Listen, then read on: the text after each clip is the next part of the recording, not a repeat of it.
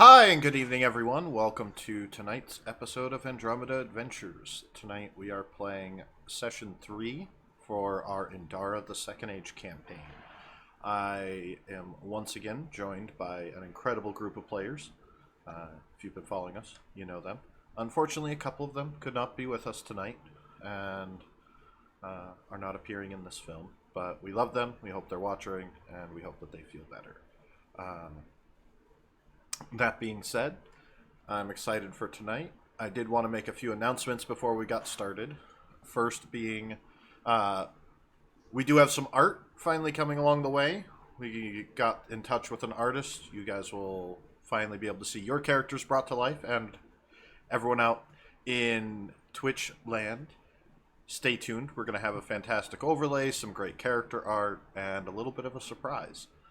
With that, the next announcement is there are a few openings in some of the campaigns that we're running and playing on Andromeda Adventures. One opening in the Endara campaign setting for Saturdays at 2:30 p.m. Pacific. So if you're interested in that, give us a check out. I'll go over the link in a moment. Next is we do have an opening for Cyberpunk on Monday nights at 6 p.m. Pacific. And if you're interested in following the Cyberpunk game or the adventures of the Cyberpunk game, David, why don't you share with us your little project? Okay, well, I'm not sure how I would share it through here unless I drop it into the chat, I suppose. Yeah, I guess that'd be the way to do it. My character, who in Cyberpunk 2020 is a rocker girl Instagram model, and we've been playing for a while now, but recently I've been getting into some art creation stuff on using AI bots. So I'm creating an Instagram for her, and I'll share it. Oops. Oh, it won't let me share because We'll I've post had it issues in with screens. info. You can also, it'll be on the YouTube video Right, links as and well. So I'm summarizing both the campaign that we're playing through my character Ume's eyes, plus sharing like modeling photos from her, basically her modeling So portfolio and stuff like that. if there's any Chumbas out there interested in joining Ume's crew on the mean streets of Night City, check us out. That's 6 p.m. Pacific time, Monday nights. And Uh, James is also in that game as well. And it's a fantastic campaign and a It is very wonderful. detailed one. Lots of it's been great fun. and lastly, there's an opening on the Wednesday game for Crestborn, which takes place in the Endara setting, but during an apocalypse. Won't say more than that, but if you are interested in any of these games, check out my profile on startplaying.games/Andromeda.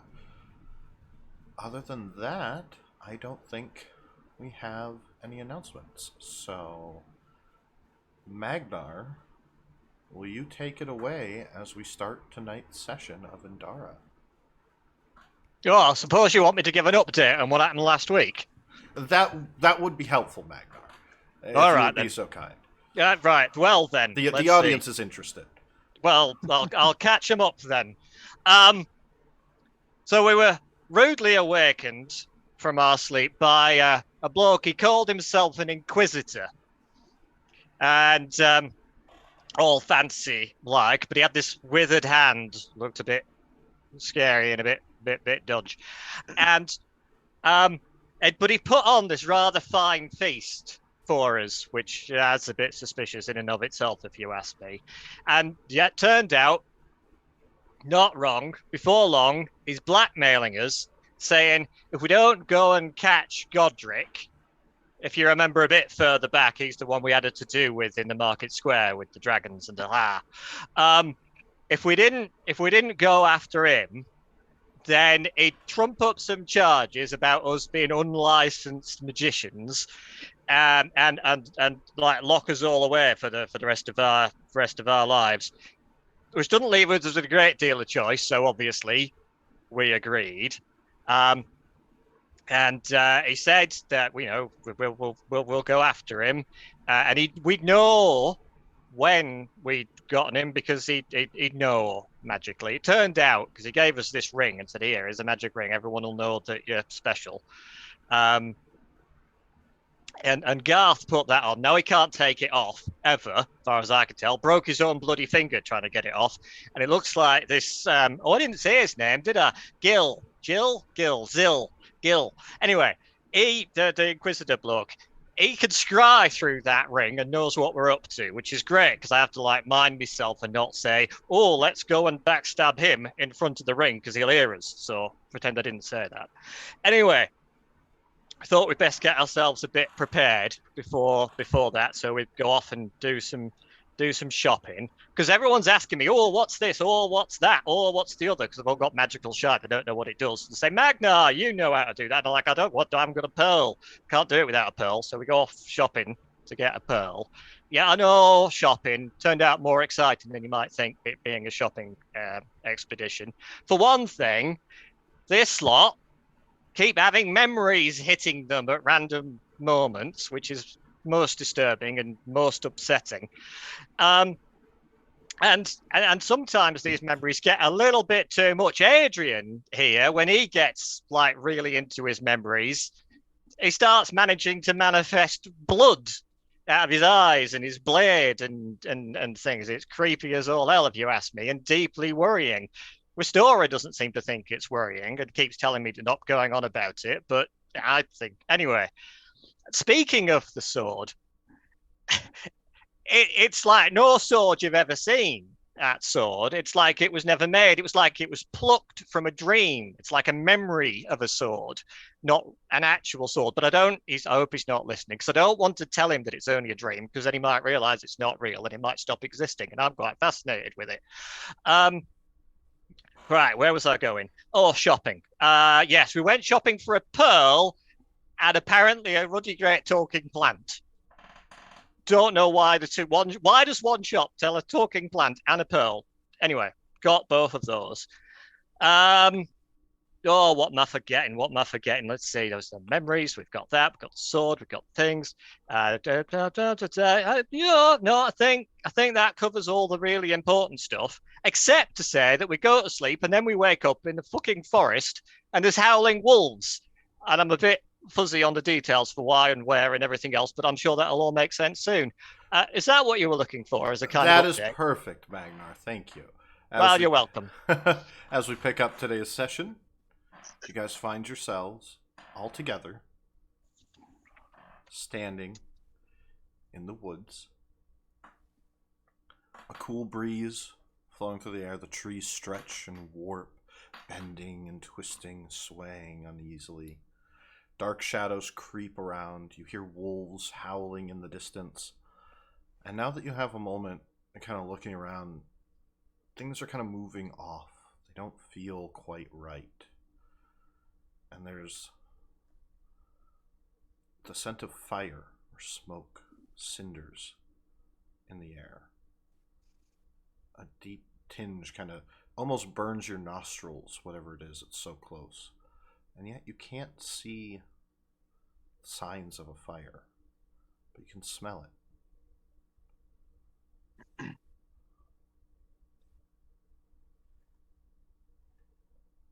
What do you do? Goth, what did you do? Well, I didn't do anything. What did you do? You're the one with the bloody sword. I look at my sword. Is it doing anything strange, or is it flawless? It shimmers and gleams in what little light pierces through the forest, and you look at it, and it is tied to its sheath.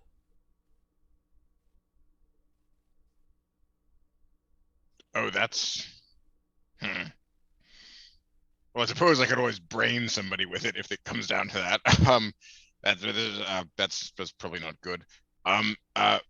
Maybe we should find the source of the fire, or I don't know. I'm not a forest person. Garth, you're. Yeah. Usually fire means people. So that would be a good place to start to kind of figure out what the hell is going on. But we were just in the sea, weren't we? How did we end up here? I don't know. But if we're all here and we're not, then I'm just not dreaming that you're here. Oh, see, I thought we were dreaming, but you all sound a bit clueless for a dream. It would make more sense if we were in a dream. I don't know. Dreams can be pretty weird. No, dreams can be pretty weird, but the people who are in the dreams seem to feel like they belong there. Well, they probably wouldn't question whether or not it's a dream. Yes. Yeah, Although yeah. you might actually be dreaming, and then I might not be making. No, never mind. Don't go there. Well, considering how weird our dreams have apparently been as of late, we should probably just assume that we're all here. And I guess there's nothing to do but investigate the smoke and fire. Oh, is Barry around anywhere? He is Do I not. see him? Oh no. As you look around, Komos is missing. Addis is missing. Yeah. They were there. Where's the big one? You swear they were right there. You know what? It's kind of hard to miss. Are you sure? Have you looked up? Remember, he had that umbrella. He could just be floating above us. We don't know. We don't know. Addis. Hello. As I you're don't kind of think he's shouting, here. you hear Komos. Ah! Ah! Scream. Yells. You hear branches breaking, horrible wolves howling, and the darkness gets heavier. Can I The tell the shadows direction that came from? Seem to echo around the forest, but give me a perception check. All right. Yeah, I'm gonna try and tell where it came from as well. Just like, what the fuck was that? Perception. Stand back, everybody. 12. Yeah. Ooh, Yo. 22. Haha. 18. As you look and 18 turn, as well. you see the figure of Komos kind of reaching as he gets pulled slow motion into these shadows in the forest, way at the edge of view, so deep in the woods you can barely make him out, and red eyes open in the shadows, blinking into existence, watching before they close menacingly and just disappear into the darkness. Okay, so I saw those red eyes in when I was tripping balls. Did they mean anything to me, or is it just sort of Same Sorry. eyes, but that's it. okay? Okay, that's not great. I can't take out my immaculate sword. Can I take out any other swords, or are they? Are you? Which ones are you reaching? My longsword and my scimitar. All right. As you draw the longsword and scimitar out, make a wisdom save. Sorry, everybody. Oh, 7. no. As soon as you draw the blades, all of you hear a chorus of war. Metal clanging and banging, echoing through the trees off in the distance. You hear Put the swords away. screams of people. You hear marching, the ground begins to thunder and rumble. And a spark of brilliant golden light splits the sky. And you briefly see a tower, enormous, rising past the clouds as it cracks with a thunderous boom with the golden light. As another flash. You see faint fragments of that as you begin to see the soft glow coming up above the trees. Orange, red, purples, blues, intense rays of auroras kind of shimmering just above the tree line off on the horizon, illuminating the sky as you see stars blinking out, disappearing in the night sky.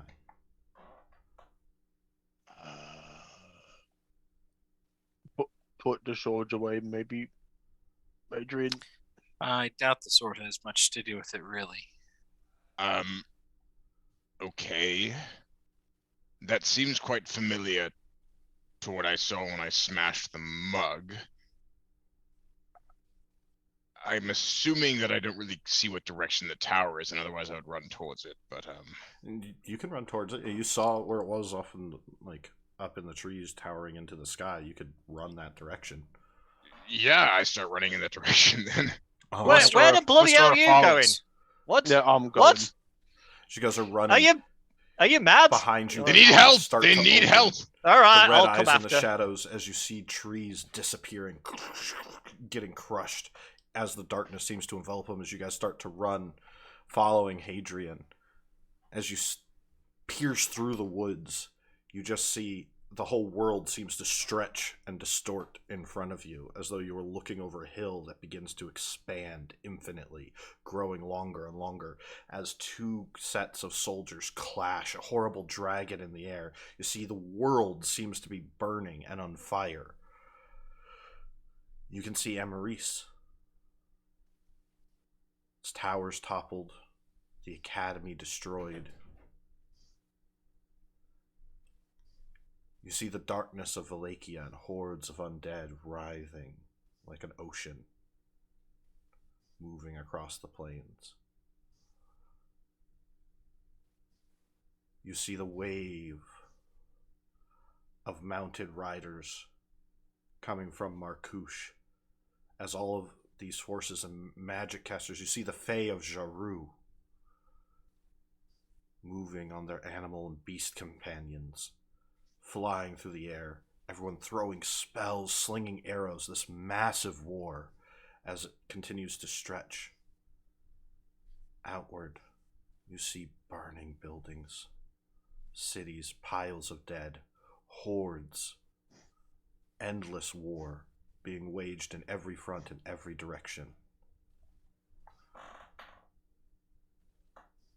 And the sound of the trees breaking, snapping, the crunch of their large ancient trunks as whatever blackness lies behind you gets closer.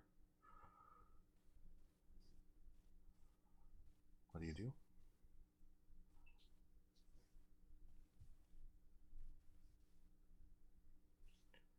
As you all stand there silently. I keep moving, but I also feel like at that point Hadrian will again, sort of in a primordial cadence, like, and so did the dark of the hearts of man come in the form of war to cleanse the world of all its sins and yet create more in its place. Get moving! Just keeps running. As you go to run, as he's like, get moving! Everything seems to stretch and distort, slowing down. All of you kind of panic and shift as just blackness like water, oil. You've seen this before, Westora. This unyielding sludge of darkness just rises through the trees, eyes opening in it, staring at you intently as it washes all the way up to the sky and blankets everything in darkness before each of you wakes up gasping in the room, almost like you couldn't breathe or had been drowning.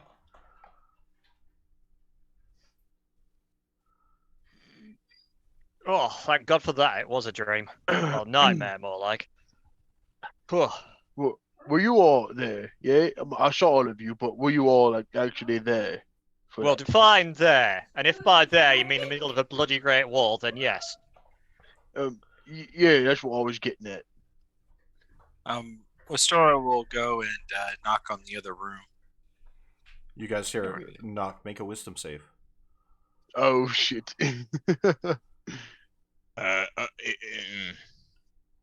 7 again. 11. Fuck. Quick, attack it, whatever it is! Right. I mean, I was gonna say Hadrian is gonna go Magnar, open the you door. were expecting the knock at the door. The rest of you, boom, boom, boom. shit. Attention from. Oh shit. It'll be our travelling companion up to West Door. Hang on. Oh, don't right. open the door. Don't open the door. It could be Jill again. Hadrian's just like, no, I was no, I just. West fucking- Door, is that you? Yes? Yeah, hang on. Okay. Open the door. Yeah, I feel like Hadrian is sort of like in his Yep. night, Come like covered in fucking like night sweats. Like he just looks terrible at this point in time. He's like, oh my fucking god, what the fuck was that shit?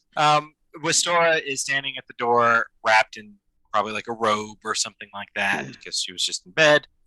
And said, Yes. Did- Yes. okay, all right. Well, Just yes. just checking. I'll see you in the morning then. And I go back to my room, and go to sleep. Yeah. Okay. Could you lot keep your dreams to your bloody self, please? This is getting out of hand. How is it? Oh no, it could be your dream we're in. I'm not the one I- who can like cause. I don't Anyway. think it. I don't think it is.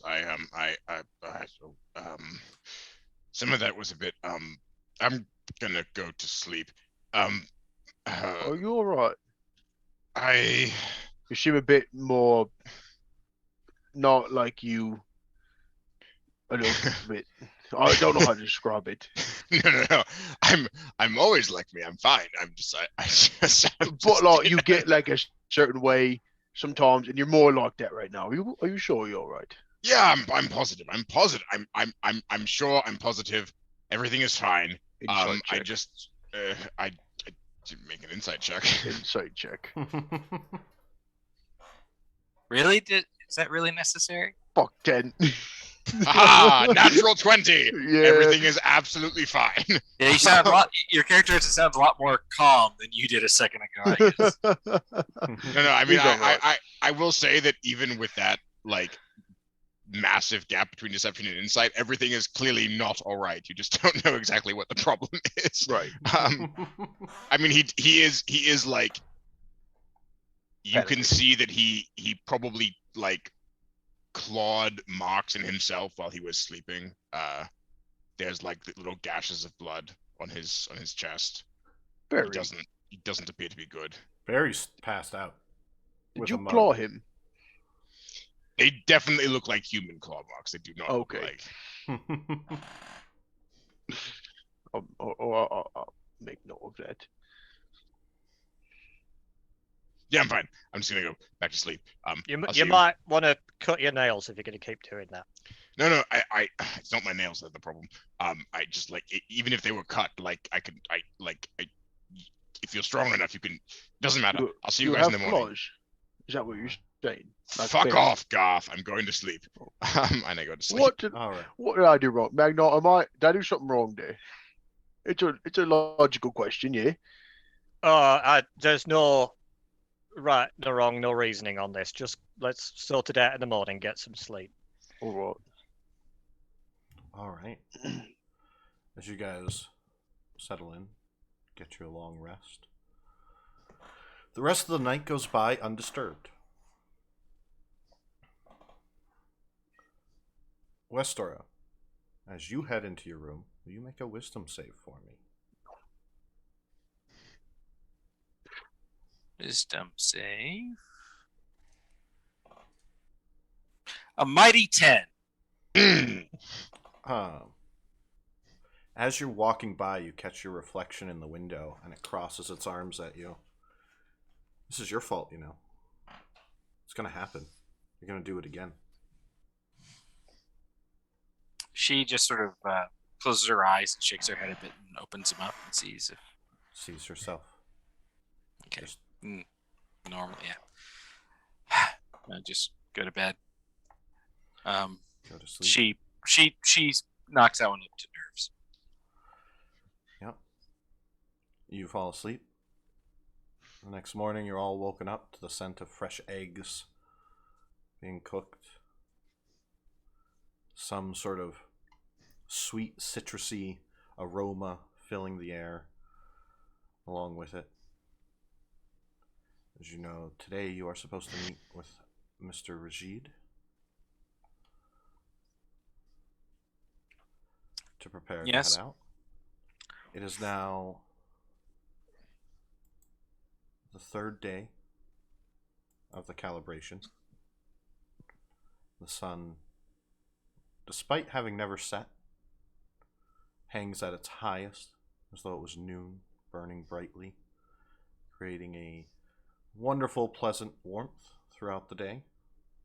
And there is the faint sound of some celebrations regardless of what happened, the people of Versailles will not be idle in their joy of the new year, and the pop and sizzle of the occasional firework echoes out.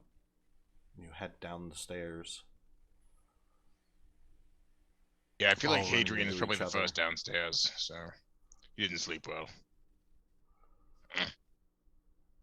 You begin your preparations, and are you guys heading out right away, or sitting around to have a pleasant egg and bread breakfast with some of the fresh squeezed fruit juice? When are we supposed to meet this Yeah. Antoine? Everyone remember? I Like I don't recall it being midday, mentioned. tonight. We have a time we have to meet. I'm sure it's this morning. If Alright. I mean you don't begin a journey. It was the city Late at night. stables where you were supposed to meet him. Okay. Um, Does anyone know how to get to the stables? Giselle, how do we get to the stables? I say, just like addressing me. Giselle kind of walks over, setting a couple plates down. Oh, you'll want to just head out onto the main street, follow it around, keep heading to the north. That is where the front, one of our main gatehouses is. It's the largest one of the city stables. It's where they house all of the city's horses and some of the more nobles, where they'll stable them, keep them well. All right. Bit expensive, if you ask me, but I don't Are think we we're paying at buying- this point. Are we buying horses? Is that what we're doing? I certainly hope not. no, he mentioned that there were wagons, so we were probably riding in one of the wagons. Oh, right. Yes. I hand Giselle 2 gold and just say thank you for your hospitality over the past few days. Oh, I know no, we're rough thank you, customers. oh, thank you so much. You have been too kind. Is there anything else that I could help you or your companions with? Got any like large amounts of ale I could take, Um, like with me on the road? yeah, I could. I think I could fetch one of our kegs. I think it Perfect. probably be about 15 gold. Hadrian, could you help me count my gold? Yeah, okay. So okay, let's just do this. So you guys, so 1, 2, 3, 4. So keep your fingers. Yep. So you have 5 on each hand, so Mhm. that's 10. And Yep. then you put those to the side, and then you have one more hand. It's Gotcha. 1, 2, 3, 4, 5. I'll have both hands used. Yes, but yeah, you know what? I was gonna As- try and tell you to transfer hands, but why don't you just use my hand? So we'll combine our 3 hands, and then you can see there's 15 gold there. So it's 1, 2, 3, 4, 5, 1, 2, 3, 4, 5, 1, 2, 3, 4, 5, and then you Right. have 15 gold. Do you understand? I know you Yeah. don't, but Yeah. I just had I Oh, I hand think her I the do. gold. Barry kind Oh, of flops I'll- up and puts his head on the table. I'll pay 15 gold for that.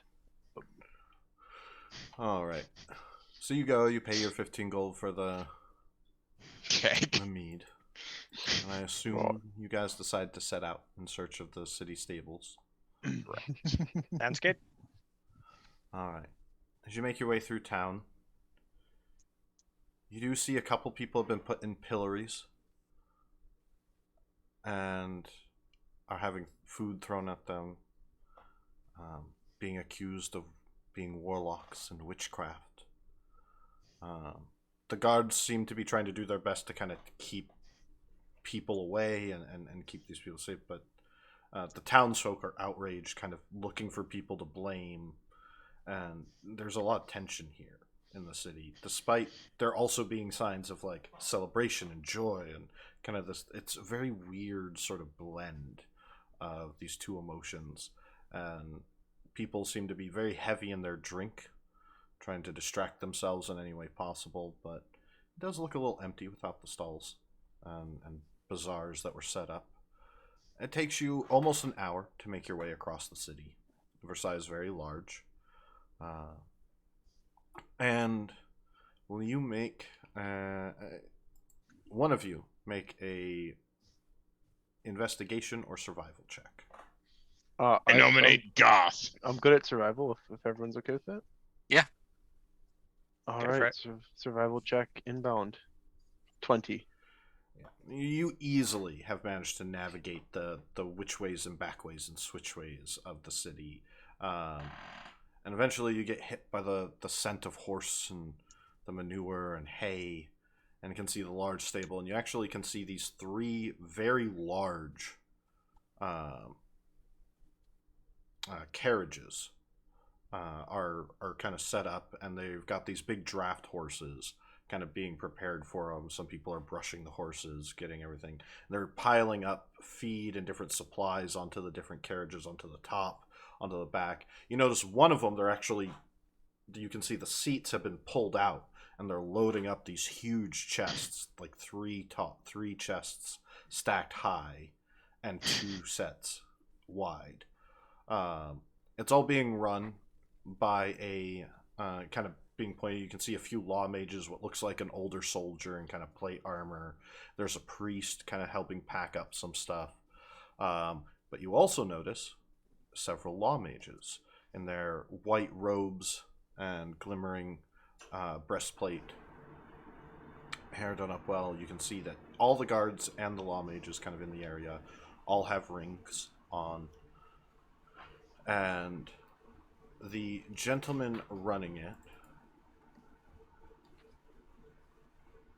has sort of ear-length, straight black hair, very well kept, bit of a mustache and goatee that's kind of trimmed to a little bit of a point, wearing a heavy leather jacket that just comes about to his waist over very nice clothes. He definitely looks like the sort that has traveled a bit, but doesn't look like he is that hardy. Like, he hasn't been a serious adventurer. He's obviously noble, well off, but has dabbled enough that he definitely conveys a little bit more experience than you would expect. And do any of you speak High Common? I do. You over here, you make a perception check.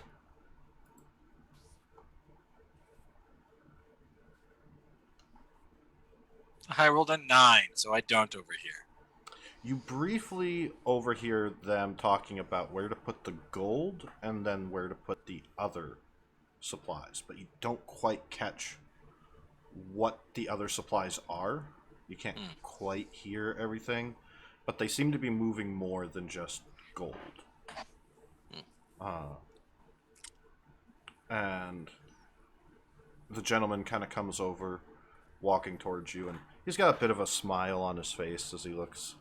And in High Common, so I think, Westora, you're the only one that understands him, as he walks up and says, "Ah, bonjour. I believe you must be the ones that Gilles mentioned. I don't see why he wants you to have to tag along, but we are happy to have some mercenaries with."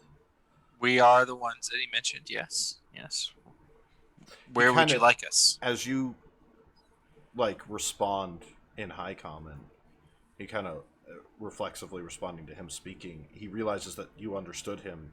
Everything. He goes, "Oh, a woman of culture, I see. So you guys are not just inept buffoons or thugs from across the sands." What Well, the bloody hell are you two yammering about? He might be. What? Apparently. Magna, I think this is what they call flirting in Amberese. Just let it be. Right. Okay, he is too. They're Obviously. both. Yeah. Yes. We'll put them in the I think back, I can. suppose. I don't need an insight check to pick up on that disdain. I'm just gonna like narrow my eyes at them and kind of give the man the finger. And stand there. You obviously such a charming woman such as yourself and being cultured are their leader, so you tell me, how would I best utilize all of you? We have 3 caravans and a few positions that need filled to protect them. We got the rude one there, and I point at Hadrian. He's a fighter, so should probably be up front. The big one there with the bear. He's actually got a bow. The dwarf is a cleric, so probably in the middle would be my guess. We've got another fighter, and actually, I forget exactly what Addis is. He's a wizard. He says he's a wizard. Just Yeah, call him he's a wizard. magic. He's a barbarian. Yeah, He calls himself yeah. a wizard, We- so he's a we- wizard. It's Yes, obvious. he calls himself a wizard. I know. I guess put him in the middle, and I'm a spellcaster, so I'll go in the middle. Okay, so you put Addis in the middle. Addis, myself, and Garth. I'm going to ask Magna if he. And it says, "Do any of you know how to? Any of the three of you know how to drive horses?" I mean, I've had horses for a little bit of time. You can't understand him, Garth. Yeah, he's speaking in high common. Oh shit! My apologies. Yeah. Yeah, I'm Um, ignoring the conversation. I'm going to ask yeah. Magna to bless my sword at some point because. I'll turn to them and say, "Are any of you good with animals?" Oh, I am. I have a bear with me. Yes, but what about horses? I imagine it's about the same. Okay. You see Barry kind of licking his chops at the horses. No, they're not Um, for eating berry. The big gentleman there is good with animals, All right, so well he'll then- probably work with the horses. I'll actually have one of the other law mages ride up front with myself and the asshole. Is he speaking normal or high common still? High common. All right. I'm just gonna make rude gestures at him then, because I'm picking up what he's putting down. But Yeah, please forgive my companions. They Then should I speak plainly so that they understand? He says in common. I would not wish to You could challenge speak their common. intellects. ooh, I kind of want to speak primordial to him now, but I'm not gonna do it. Why? Thank you. That's extremely kind and considerate of you for such a So fastidious, asshole-ish noble. Yes. the central carriage That's will not be bloody considerate. He could have done that from the start. I know. I was Magna. I was being sarcastic. It's clearly. Oh, so I keep Um, getting told I don't pick up on that very well. Pardon me for thinking that you were cultured having to do with the esteemed Monsieur Gilles. I have a ring that says on. Can use magic. I have So, eyes. I did that not see realize not that cultured. Witherbloom was so considerate of the house. He does not say Witherbloom. He says, I did not realize Prismari was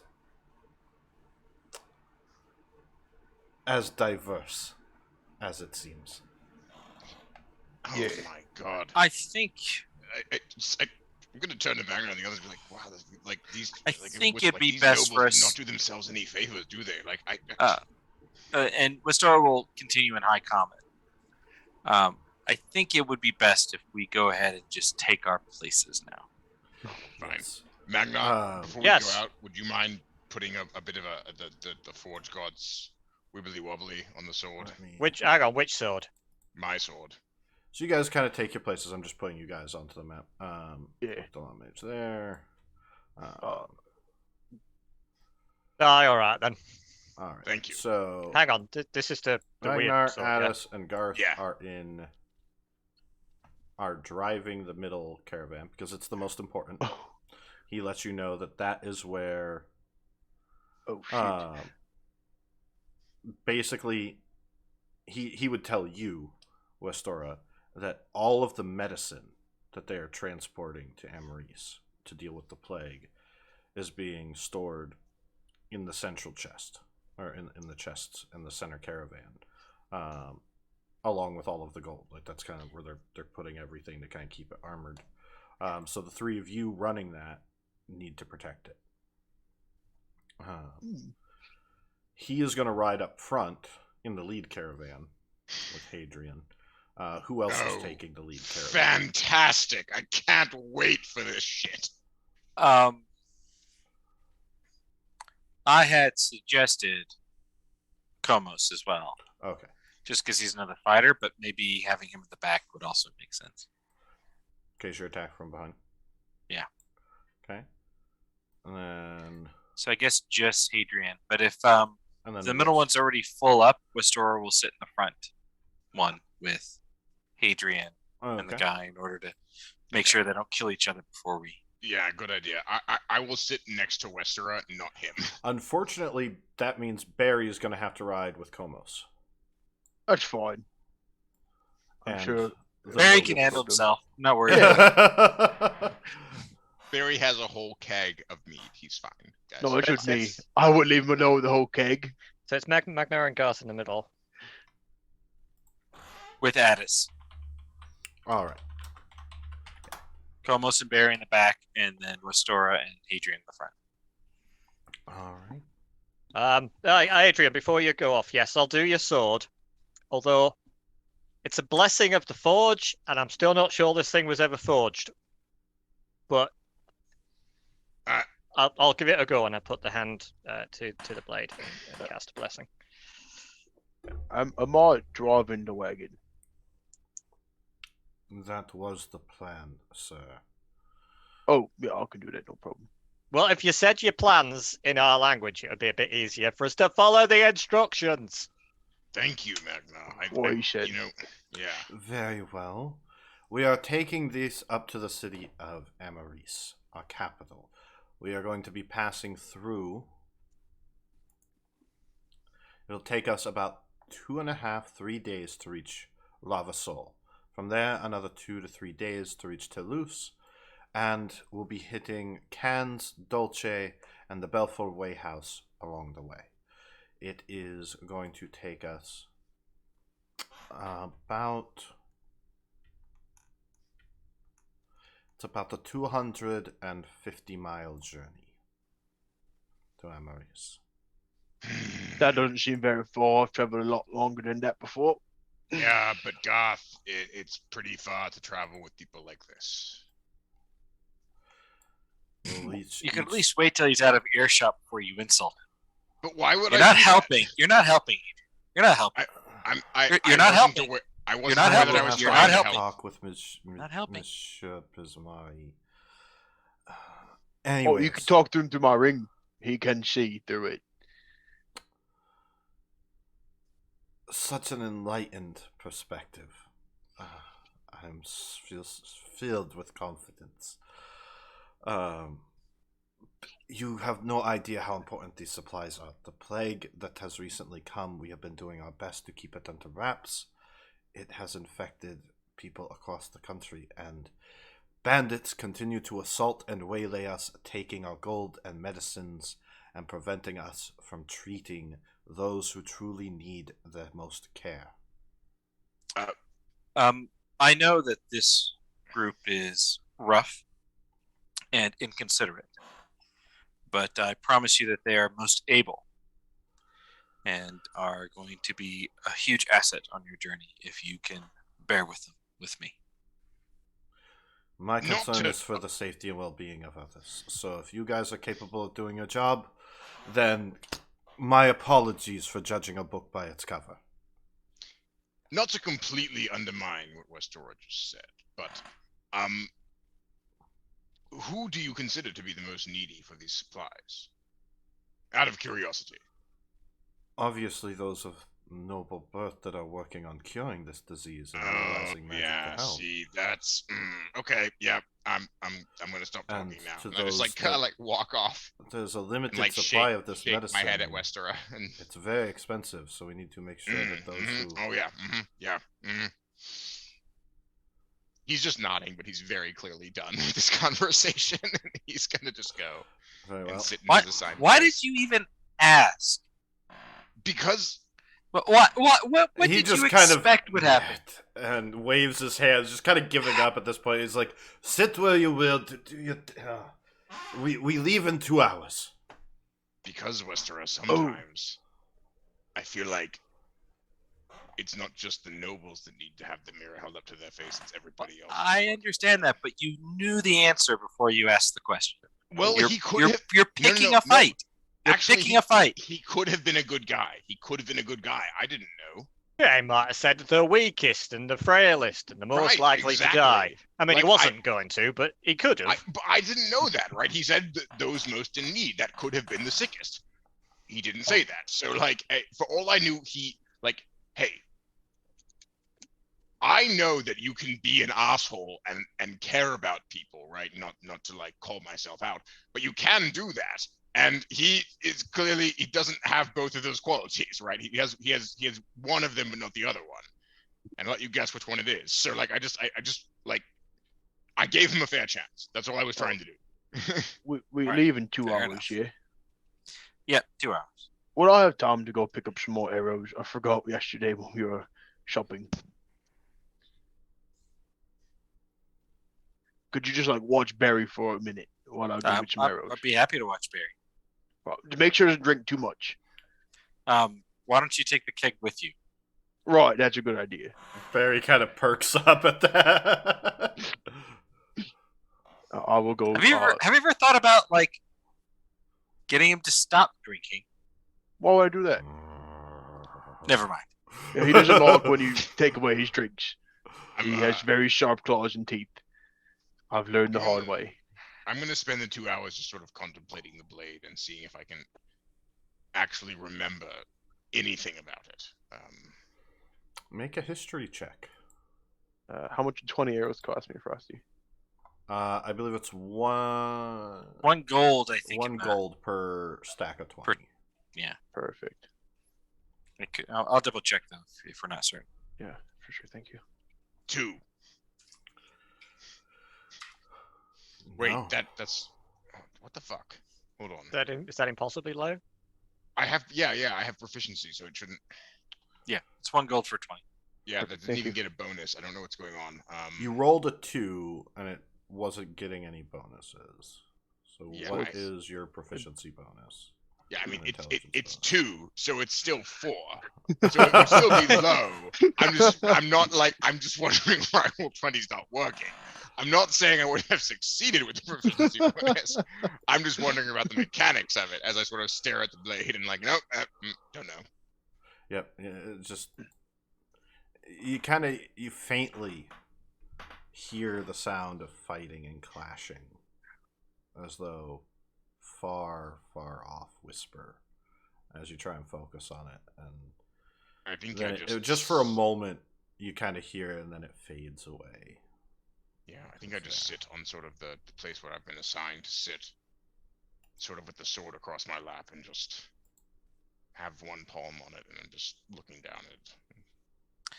So, in the 2 hours of waiting, Wasura actually is going to approach Magnar. Okay. What is Magnar doing? I'm just sat kicking my feet in the middle wagon. You're up on top on the seat where they've put you, with where Garth is going to Okay. sit, because there's no room in the actual wagon anymore. Okay, yeah, right up on the perch. Magnar, I do you have a minute? have several minutes by the looks of it. All right. After the dream last night, Yes. and I had left, I could hear you fairly loudly in the room still, asking some very pointed questions. So I thought maybe you and I could have a moment to talk and maybe see if we can't think about it for a moment, see if we have any ideas. Well, I've got very few ideas, it has to be said. Well, I have one idea, and I wanted to run it by you, Okay. which is that obviously there's something magical going on, or divine, or something, for us to have a shared dream like that. That's not normal. But I'm with you so far. Keep Yeah. going. So if that's the case, that means something or someone sent it to us, or set it up that way, is my thinking.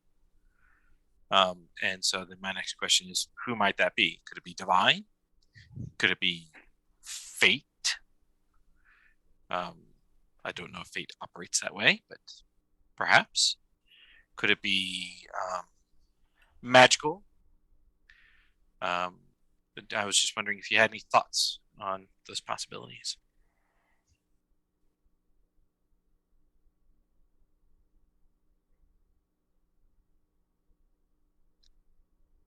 Frosty, has any of this felt divine to Magnar? Magnar is very much used to Dezka and Mhm. sort of these long, complicated, ritualistic things, and artistic expression and everything. And there is a faint bit of artistry to some of the stuff that you've seen, and some of the unique, very powerful imagery. But that could just be. Okay. That's the closest thing, but you could make a religion check to see if in your studies of the 12 or of Dezka. That's a 12. You do know that of the 12, there is a goddess of fate. You're not overly familiar with her. She is known as Sophitia. She's usually depicted as a dark-skinned elf with long, flowing white hair, almost expressionless eyes, holding crystal balls and kind of looking through them as though to perceive the future. But she's supposedly very enigmatic, distant, uninvolved, more concerned with the flow of things and observing and understanding. And everything in your religious knowledge says that this isn't someone who would try to intervene or show you something. Okay. But if there was a god that had knowledge of what this could, where you're going, or that had to do with fate, that would be the god to be interested. There are lesser gods that serve her, but you're not familiar with them. It does have a bit of a ring of religiosity to it. It might be. It's not anything that I'd come across, but and it might be, goddess of fate, Sophita, but she tends to be a bit standoffish and a bit let things go. This feels like somebody's manipulating us and moving us like pieces. I don't like that feeling. No, but even if she's not involved, she would maybe her followers might have some That's worth a indication look. or inkling. Yeah. Yeah. Maybe I can't tell with you lot. Some of this seems to be memories. Is this? We keep seeing things that have been or things that will be. well, I've spoken a bit with Addis and Hadrian. And I'll share a bit with you. There's an event that seems to keep cropping up. That I may or may not have been involved in. My memory is not very good on it, but I'm going through some stuff with that right now, so that's kind of why I don't want to talk about it too much. But Komos seems to be involved with that, and Hadrian might be involved with that as well. That keeps cropping up, but there's also all that stuff about all of us seeing each other, like before we met, or at least some of us saying that. Yeah, I know that. Yes. Yeah, I mean that if that's not fate, us having images of seeing each other and then seeing each other, I'm not sure what would be. So that seems very much in line, perhaps, with this goddess of fate you're mentioning. Or at the very least, she might have answers if we are fated to meet each other. So yes, so I don't have any answers, unfortunately, for you. And I've told the others this as well. But I do think that it is all definitely involved in one way or another. I haven't gotten up the nerve to talk to Komos about what he thinks I've been involved in, because he clearly thinks something. because he's been more than a little aggressive towards me. Oh, yes, I remember all that secrets and friends don't keep secrets, and he was Yes. a bit probing. You looked a mite Yes, so uncomfortable. I don't feel very comfortable around him. He's been very intimidating towards me, and I think he's a particularly- bit blunt, which many have accused me of, to be fair. Well, I mean, Hadrian is blunt, but Hadrian isn't aggressive. Right. Komos has been very aggressive towards me, and it makes me very uncomfortable. So at some point, maybe I'll talk to him about it. But for now, anyway, I've gotten more into this than I really want to. Well, to be blunt, this is obviously a incredibly important thing, and it keeps cropping up. And I was a little bit on the sidelines, but good God, last night was quite the thing. Well, And if there's things in your memory that could help unlock that, and I know how uncomfortable that makes you think about it, but you might have to address that a bit head on soonish. Not to sound aggressive, which obviously upsets you, but and clearly you're trying to get there, but you might want to get there a bit quicker. Yes. Well, we'll see how that goes. But I'll tell you that as of the dream last night, the only thing that might have even struck a bell with me is that kind of darkness thing. Seemed vaguely familiar to me, but I don't know what that means. Yeah. But yes, I don't know. Well, I'll give that fate side of it some more thought and consideration. It does seem a bit too hands-on for. Yeah, I almost think that if there is something talking to us that is a bit separate from the memories, I think they are related, but I think that we can pursue the thought of something of fate or some divine being trying to communicate with us separately from that specific event. Yes, I have to say my dealings with Descard, limited though they have been, they're a little bit more direct. You sort of like get a vision of a fine, almost unattainable piece of craft to make, and then you go and make it. It's a bit more direct and sort of to the point. That makes sense, right? Because you're talking about the creation of something physical versus something very esoteric and difficult to understand, like fate. Yes. Make an insight check, Listora. Oh, okay. 18. As you're thinking Finally about got a good it, roll. You sort of almost wonder if there was something trying to communicate with you, some entity or force. With this lot, the people that you found yourself sort of tied in, at least half of them seem to have something to do with the event that you are trying to forget and keeping buried. And the other half are tied to them, to those individuals. And Discord just broke because Nick left. No. Or not Discord, Zoom.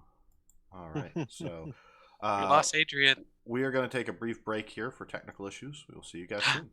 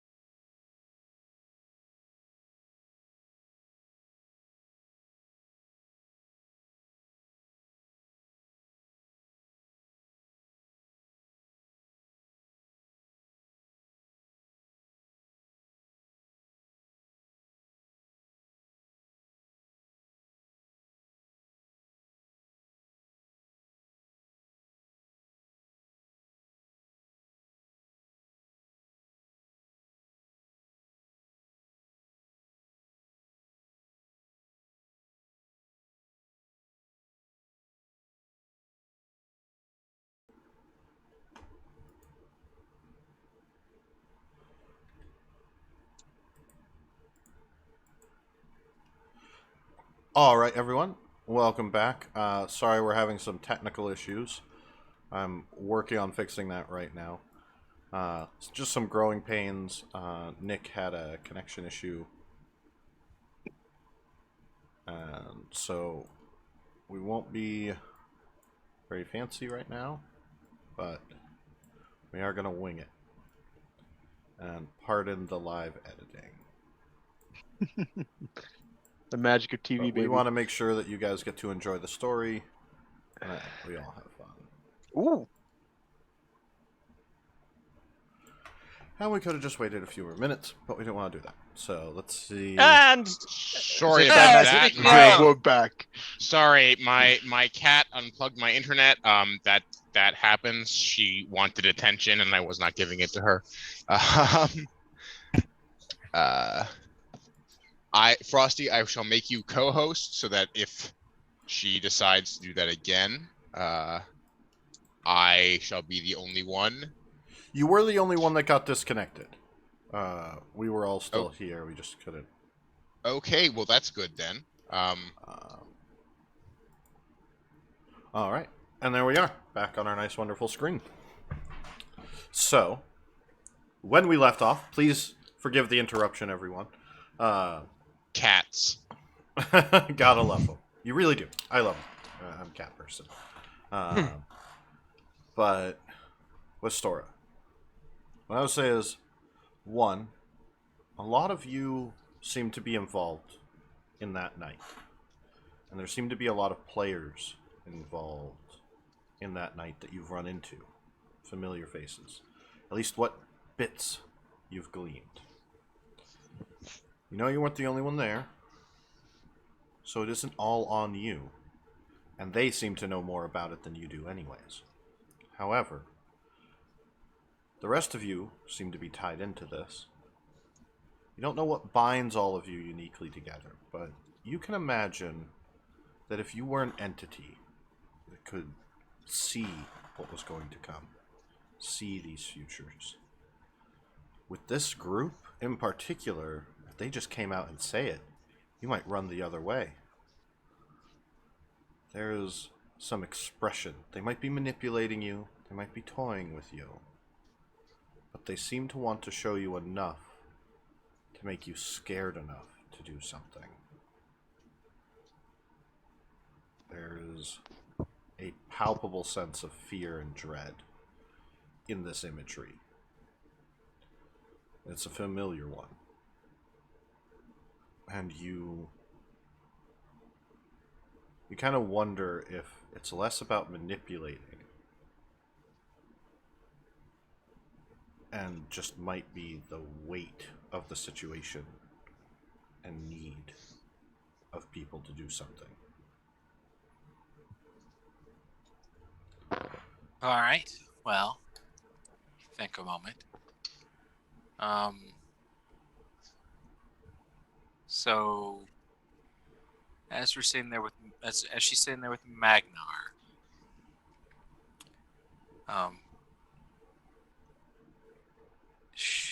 so right before you said that, I was saying, oh, these events, might. I wasn't saying they weren't not connected, but that they were, that they could be looked into separately. I don't think that necessarily changes much. I'm just trying to think what she would say to Magnar, if anything.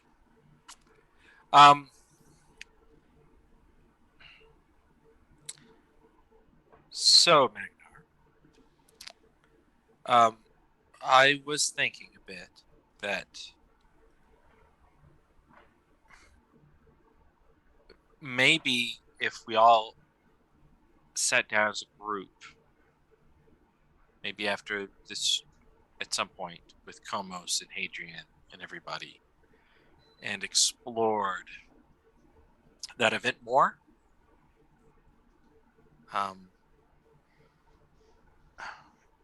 As Mastora is saying, you can tell that she's really not liking this idea. Well, that sounds eminently practical. Yes, I think we should do that. But we'll have to ask Komos and maybe Hadrian to talk. I think Komos seems to be the one who has the clearest memory of whatever happened. To figure out why perhaps a goddess like Sophitia, is that her name? Yep. Yep. Sophitia.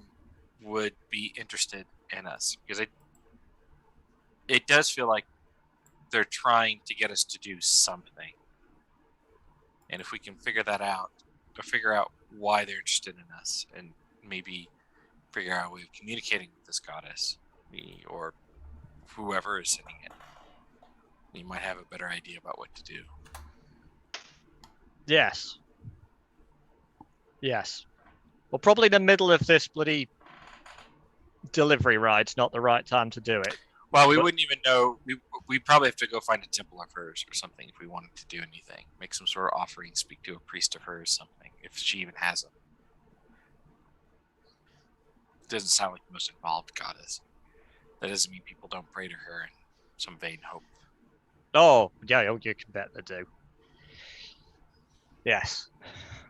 Anyway, Well- I'm going to go back. I don't think there's much else. But you were talking a bit about it, so I thought Yeah. No, that's come say something. You there, dwarf! yes. Why don't you stop lazing around on top of the caravan and help us load some of this stuff? You just had to bloody ask. All right, and Westora does not offer to help load Yeah. anything. I'll Magna turns hops and- down and Heads back to the front caravan. starts looking She's things a around. courtier. It's other people's jobs. Right.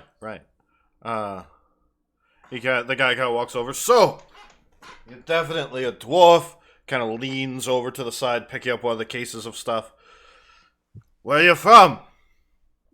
Fought along a couple of dwarves. Back from Armiston, Catania. Oh, Frosty.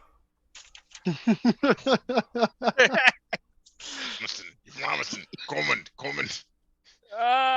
Gormand. What? No, I've forgotten. Damn it.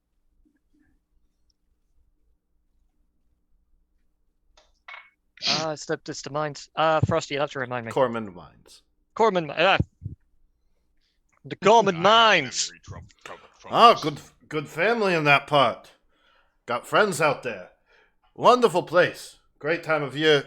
And the women of the Valen Woods, incredible. Not that the dwarf women in their beards, aren't attractive, I'm sure, but not my thing.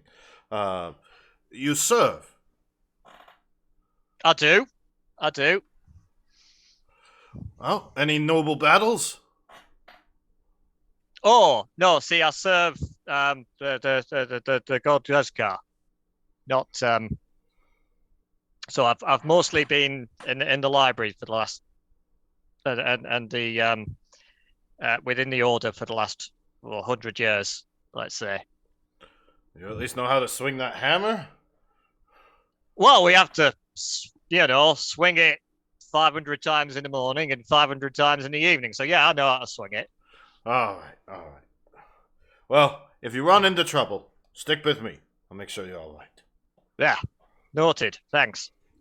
It kind of helps you pile up some of the stuff. Hadrian and Garth, what are you doing? Oh no. Oh no, not again.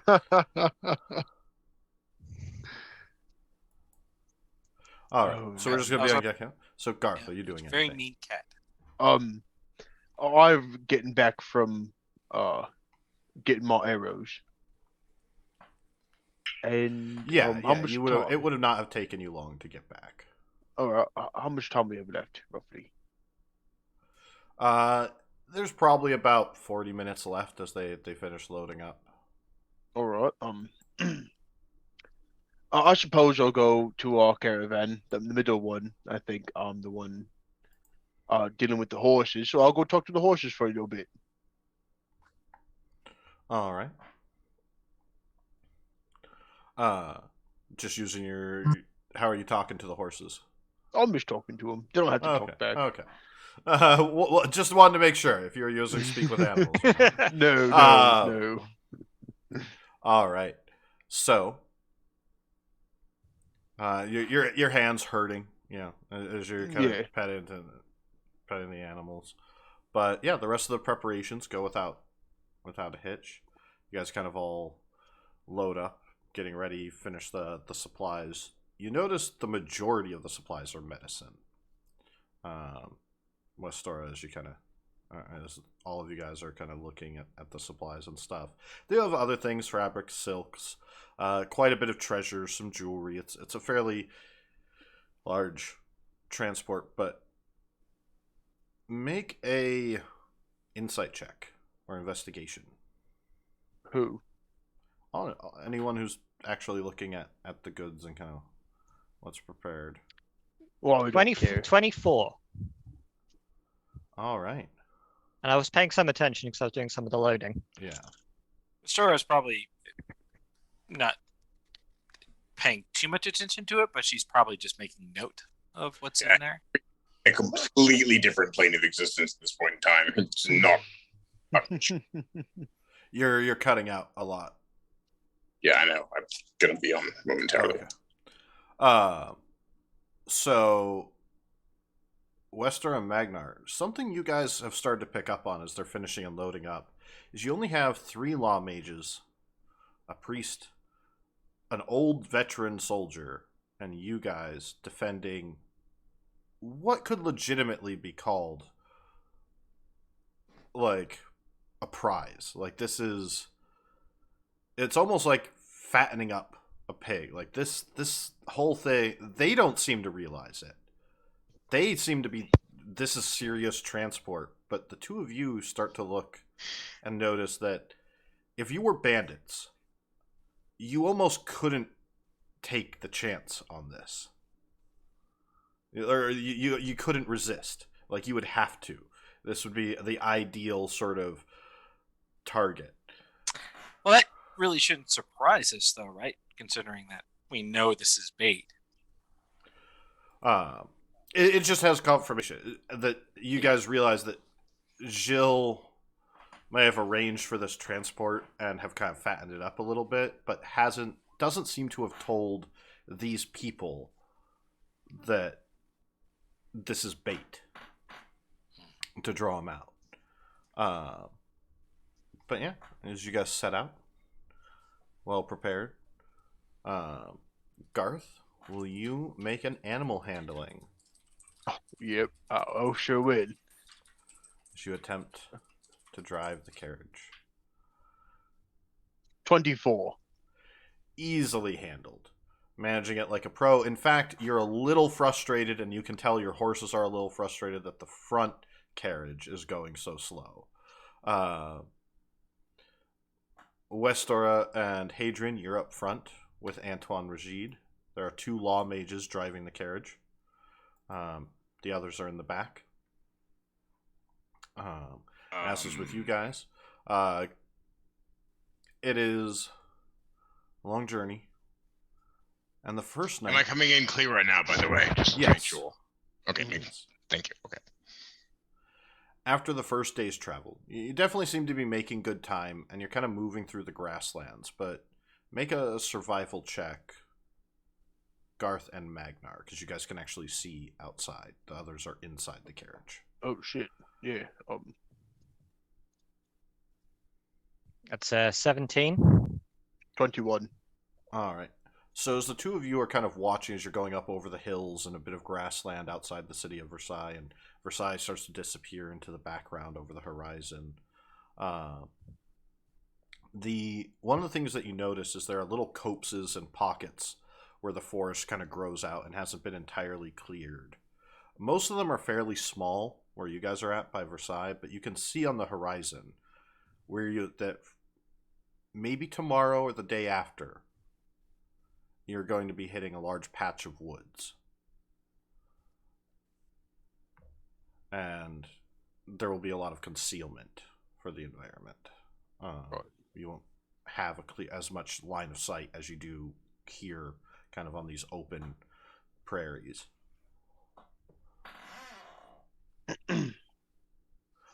Where's the veteran soldier? He's in the rear carriage with Komos and Barry.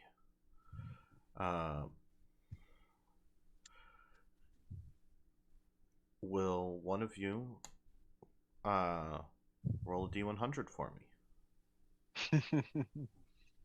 Who's it gonna be? I'll do it. Fuck it. Go I'm ahead. feeling lucky. 65. Don't know what that means. So, as the sun is starting to set on the first day, and the wagon is starting to slow down, there is a very loud crack. And I need Hadrian and Wester to make dexterity saves. Oh no. It's like the Oregon Trail. We've broken an axle or something. I rolled a 9. I have a +5 to my dex save, and I rolled a 9. 15. All right. So Hadrian, you kind of adjust and roll as the whole cart and carriage like Tuck and topples roll, and baby. sides. And Westora, you're kind of thrown along with Antoine into one of the back corners, sort of forward. I'm gonna look And at. Do you I guys need are to give you both guys going some to take- space? 4 points of damage. Garth, I need you to make an animal handling check. Oh shit. Yeah. 23. All right. So you're able to stop the horses suddenly, and Magnar, I need you to make a dex save. Dex save. Please fall face first in the mud. Please fall face first in the mud. 11. See, as Garth stops the horses, kind of catching you off guard as you guys are kind of in the middle of a conversation, just enjoying the weather. The cart stops suddenly, and you kind of fly forward and just smush into the mud, and are going to Oh. take 4 points of damage. Are you alright, Magnar? Are you okay? I look As towards the Antoine caravan and Westora stops. and like, do you two need a minute? Should we? Pardon me, like, madame. I'm gets so up, sorry. bruised arm. It's like, shut up, Adrian. Oh. I just start laughing. Do any of you are any of you craftsmen? No, I'm not a craftsman person. We can. The dwarf is. I know They- a lot about craft. That does not make You're the me closest a You're, craft craftsman. you're not the. What's his name? As he's clambering up towards one of the doors. Magnar's his name. As he opens the doors, the carriage is kind of tilted to the side diagonally from the back wheel braking. He climbs out. Magna, are you? Yes. I'm down here. Pick yourself up. We need your Um, expertise. All right. I'm gonna keep a watch out for any suspicious characters who may be coming to waylay the carriages. So All right. So you climb out, kind of. Right. What seems to be the trouble? He kind of looks as he's walking around, helps pick you up, and you guys walk around to the side of the carriage. You can see that there was a large rock in the mud that kind of come undone with a bit of an angle, and as the wheel had gone over, it cracked the wheel. So the whole wheel's kind of broken and cracked and partially splintered. Bloody hell. Made a right mess of this. Why don't you maintain your roads a bit better? The roads generally are maintained. I haven't had to deal with this before. There shouldn't be a rock in the middle of the road. yeah, I'm gonna keep looking around at that shit. Make a perception check. Okay. Come on, big money. 17. As you're kind of looking near the woods,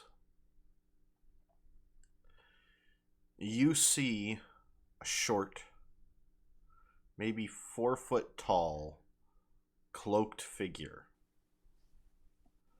with a long lizard-like snout and a little beard, kind of whiskers kind of curling around, kind of watching and like stifling laughter from the distance. He doesn't seem to have noticed that you've spotted him, but he is a good ways away. And How far away is a good ways away? probably about 800 feet, maybe 1,000. Oh, okay. Well, Right I'm in, gonna in try a little and bit of a copse. I'm gonna try and sneakily move over towards him, just kind of like get behind the carriage and disappear from sight, and try and get out of his line of sight and move in his direction. All right. So you can get behind the carriage where you, Magnar. What are you doing? Are you So how bad's the damage? What am I looking at? make an investigation check? I'll help him. Okay, get advantage. With advantage. 15. It's pretty bad. You might be able to repair it, but if you had mending or something like that, but you'd need to reshape the iron rim. Is the iron rim too large for? I'm just trying to look it up. Duplicate non-magical items. Is it too large for Artisan's Blessing? No. Okay, it's going to take me an hour.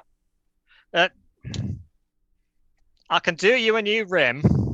How's the wood looking? Although it's You sound like a mechanic when you say that. Okay, so I can do you a new rim. There's Yeah. about yeah. Your so axle's there's like a ring of toast, and- spokes that go around the wagon wheel that keep it supported, and one of those spokes snapped about an inch higher, like about an inch above where it meets the wood, and that little triangle section of the wood has completely splintered and broken. That would need replaced or fixed and kind of patched up or mended in some way. Yeah, well, if somebody wants to make a start on fixing out this wooden bit, I'll go and make us a copy of the rim. I could give it a try. Good, because I have no experience in this kind of thing. It's have going to take. wagons. It'll be as good as new, at least the rim. But it's going to take me an hour or so to put to get that done. We had wagons where I'm from, so like I could probably find something to fix it. All right. So you guys If you are need going me to for anything, just let me know. Just anything I can do to help.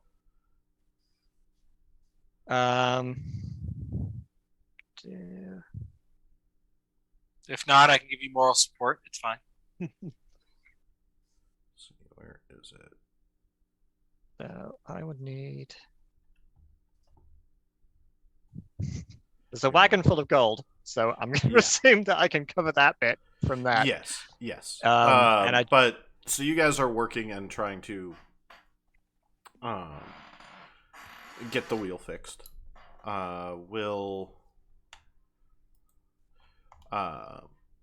While you're using Artisan's Blessing, you conduct an hour-long ritual, crafts a non-magical item that must include some metal, a simple or martial weapon, a suit of armor, 10 pieces of tools, or another metal object. Technically speaking, the wheel itself is one object, and that metal rim would be the metal that's included. So could do the whole wheel. You could do the whole wheel. Okay, and I can duplicate a non-magical item, so I have access to a non-broken wheel.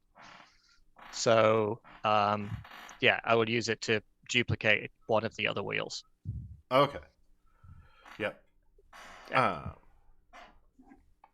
And yeah, there's enough gold to cover it, and there's enough metal. So as you're working on that, and Garth is kind of helping you lift and reattach it, you guys are all working. Yep. Antoine's like, all right, everyone, break out. Hadrian, why are you hiding behind the carriage?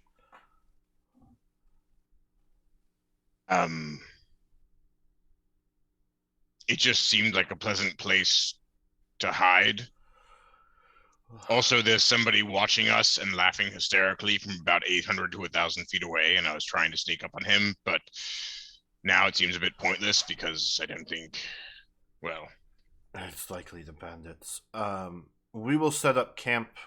Can you guys investigate? Yeah, that's what I was going to do before you got in my way and told me and asked me why I was hiding here. So I'm gonna go take a look. Well, then you could have communicated that. Yeah, I could have, but well, you're an asshole, and I didn't want to. So I'm Pot and the Gonna- kettle, my friend. Why, thank He walks off. What about a pot in a kettle? It's okay, A guys. pot calling the kettle black. I I thought heard it was that when a expression pot and a before. kettle love each other very much. They get together and they make a little bowl. Okay, I'm you've heard gonna- a very different saying than I have. If that's the case. Well, I'm just Alright, trying so to Hadrian, educate Garth. make a stealth check. I'm gonna use my inspiration to reroll that. 27, natural 20. All right, so you kind of creep down low and like follow the patches of trees as you make your way off into the distance, and you kind of follow the figure into the woods as it's walking away, and it's making its way pretty deep into the woods. Before long, you've been walking for maybe 40 minutes. You know it was probably only going to take an hour. Do you continue to follow?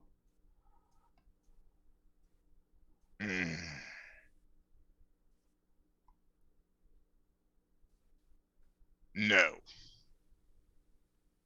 Okay. I will get up. And make a perception check for me. 19. As you're kind of following him, staying hidden, you hear him kind of, yes, that's right, the bourgeois. We're going to get revenge on them. And kind of snickering and laughing. Oh, we'll throw down the evil tyrants of this world that kill our brothers. Oh, Durdas, the scary one, will be so happy to find out that the prank went well. Now we just have to set up the next one. If Durdas can unleash his fury upon them, we'll take everything that they have, and the revolution will begin. Yeah, more power to you, comrade, but I'm going to go back to the fucking carriage right now. I'm just, you know what, like, not worth it. I don't have any backup. I don't know what I'm getting into. I'm just going to go back and. All right. As you guys are kind of repairing, I will tell Antoine as I get back, like, yeah, I think the bandits have sort of a vendetta against the nobility and the bourgeois. Cannot imagine why. did you You're kill so them? pleasant. Well, no, I followed him for a while, but he got out. I mean, what was I going to do? Like, I don't know how many of them there are. You could have captured and interrogated him. Oh. I am dealing with. He got. I okay. Can I please say just? You know what? No. I look to Wester. I was like, no, No. and I sort of like, you see him clasp his hands and just be like, Antoine, your point is well taken. I was a fool to question you, my liege. And I give like a very exaggerated bow that cannot be mistaken for anything but mockery and get up and go back to my spot in the carriage. We will set up camp here for the night. It's a little early, but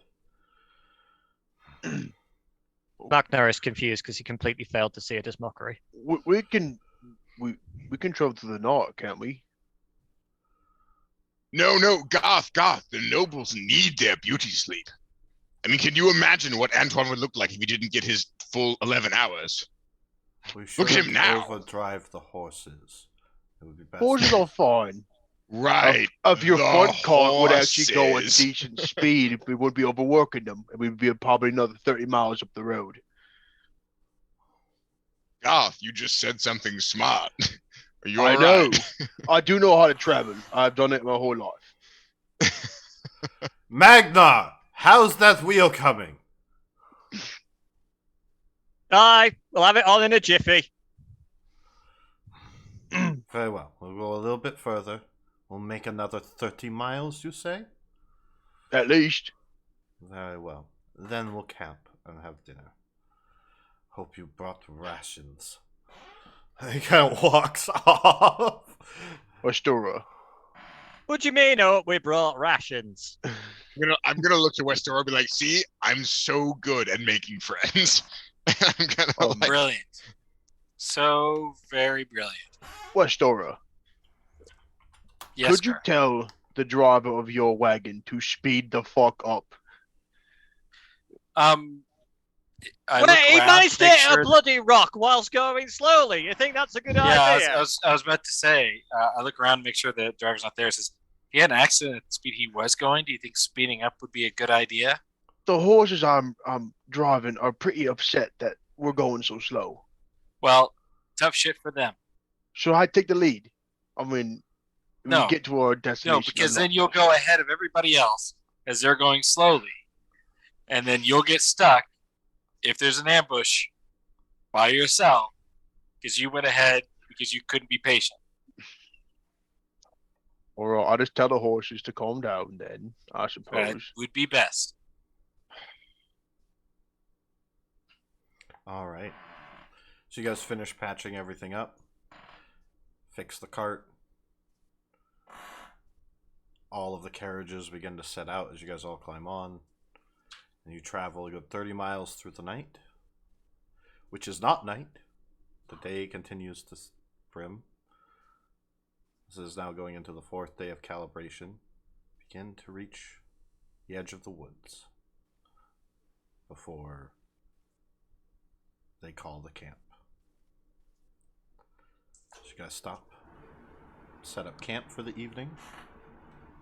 You notice the veteran and the priest and the law mage just kind of all set up these very big, opulent tents, or with Antoine, and they unload one of the sort of crates that's up on top of the carriage and start pulling out some meats and different foods to start cooking, kind of setting up a small camp. What do you guys do? Well, I suppose we should maybe have our own little fire. Just us. I don't want to talk to any of them, really. Well, I mean, we'll have to work with them to set up a watch. Right? We know do you there's. really think they're gonna take watch? I think the law people would, yeah. And Are any of you gonna take despite all watch? Despite all your say. criticisms of Antoine, it's not like he's been an idiot. Antoine, you hear him just and like clench his fist and try and walk over, and a couple of the law mages, two of the law mages walk over and say, you think you can contribute to the watch? You have, and they kind of talk to you, and they start coordinating with you, kind of setting up a watch.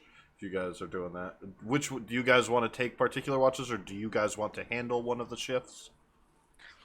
Westora does not believe herself to be the most perceptive person in the world, so she's probably going to try to take the first watch.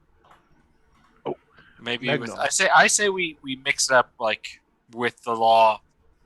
You want to call them lawgivers, the law mages or whatever. Yeah. Split them up one-on-one, I would think.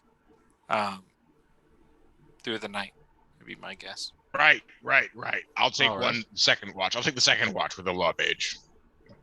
I'll take a watch with Antoine if he's taking a watch. All right. Westora, will you make a perception check for me as you are on watch with the law mage? 19. So as you spend your evening with the law mage, this particular gentleman seems rather impressed the way that your crew is handling things, and seems confident that the journey is going to go well. He's not sure why you are involved with someone like Hadrian. You seem to know how to communicate with people and diplomacy. But he seems like a nice gentleman. But as you're kind of keeping watch throughout the night, nothing happens. quiet night. The food that they're cooking smells really good, and the law mage offers you some of the cooked and roasted pork. She happily has some. They've got a little bit of potatoes and sort of stewed vegetables that they've prepared with it, so it's a nice hearty meal. But at the end of your shift, you pass it over and wake Hadrian up, who is taking his watch with Antoine Regide. Oh, I am? Oh, well, that's fucking great. Oh, I thought I And was. I need you to Yeah, that make a was perception check at disadvantage, Hadrian. 7. Because I'm just insulting him the whole time. I'm like, so. Oh yeah, the two of you are bickering the whole time, just insults traded back and forth. People like wake up and shout, "Hey, keep it down! You're supposed to be on watch." Yeah. And he kind of looks at So, but- you. He's like, Really? "What is your problem? Do you not understand the significance of what we're doing here?" Enlighten me, please. Oh, grand, noble gentleman of Emeris. I doubt even you could understand the hierarchy of things, how things need to be done. Do you know how expensive these ingredients are to make this medicine? To treat this plague, we don't even know where it came from, and we need to treat those who are doing research on it first. You would have scoff at me at this. Look, we are not the barbarians of Marcouche. We are not wildlings. But you see, right there, okay, I just want to point out, I know that you don't think I can be diplomatic, you don't think I can be kind, but thing is, I can be. Right now, I'm choosing not to be, because you're an asshole, and your entire thing is I have tried to be really nothing but annoying. kind to you and your troop this entire time. I have held my tongue. You started this entire journey speaking to us in a language we couldn't understand and demeaning us by calling us barbarians in front of the one person who could understand your language. I'm sorry, that's not I kindness. did not call That you is barbarians. riffraff, lowly mercenaries, unwashed stuff. And here you are, proving my very point. No, I'm proving my point that you hold yourself above those who you see as different or simply not of the caliber. You act in and the wash. exact way that I anticipated. If you are here to assuage or prove my judgments to be false, then you are doing nothing but confirming them. Oh, God, you think I'm here because I give a shit what you think? No, I'm Then why honestly, are I'm you just here? having... Well, I'm here because Jill threatened me with trumped-up charges, honestly. I'm having a bit of fun poking at your noble sensibilities You would while not- we're at it. An inquisitor would never dream of throwing false charges, nor would they. I be lean capable into of him. it. And he kind of just say- straightens his jacket. I lean into him and say, have you met Gilles de Rais? Have you spoken to him at length? Indeed, Do you have any idea he what kind of arranged this very depravity he is up transport. to? He's trying to help all of the students at Strixhaven with these medicines. No. He's trying to capture Godric. Who? You do know that this entire caravan is bait, right? He sent you here, as he sent us here, to die. So, how do you like your Inquisitor now? He kind of looks at you. He's like, "Oh, I will not listen to the words of a fool," and kind of gets up and storms off. And you guys don't notice anything as the third watch comes around. It's again uneventful. Garth, you're having a pleasant evening. I tried. You thought you were going to have a watch with Antoine, and instead it's a law mage. And he's like, "Oh, why are you? Oh, Don't veterans with you him. fall asleep. We're on watch. Make You a just slept for perception like check for me. 6 hours. Perception. I'm gonna use my inspiration to reroll that after that one. 19. You hear something moving through the camp. Soft footsteps. Kind of a little bit of tapping on the locks and chains. Can I sneak around and try to find the source? Make of the a noise? stealth check. All right.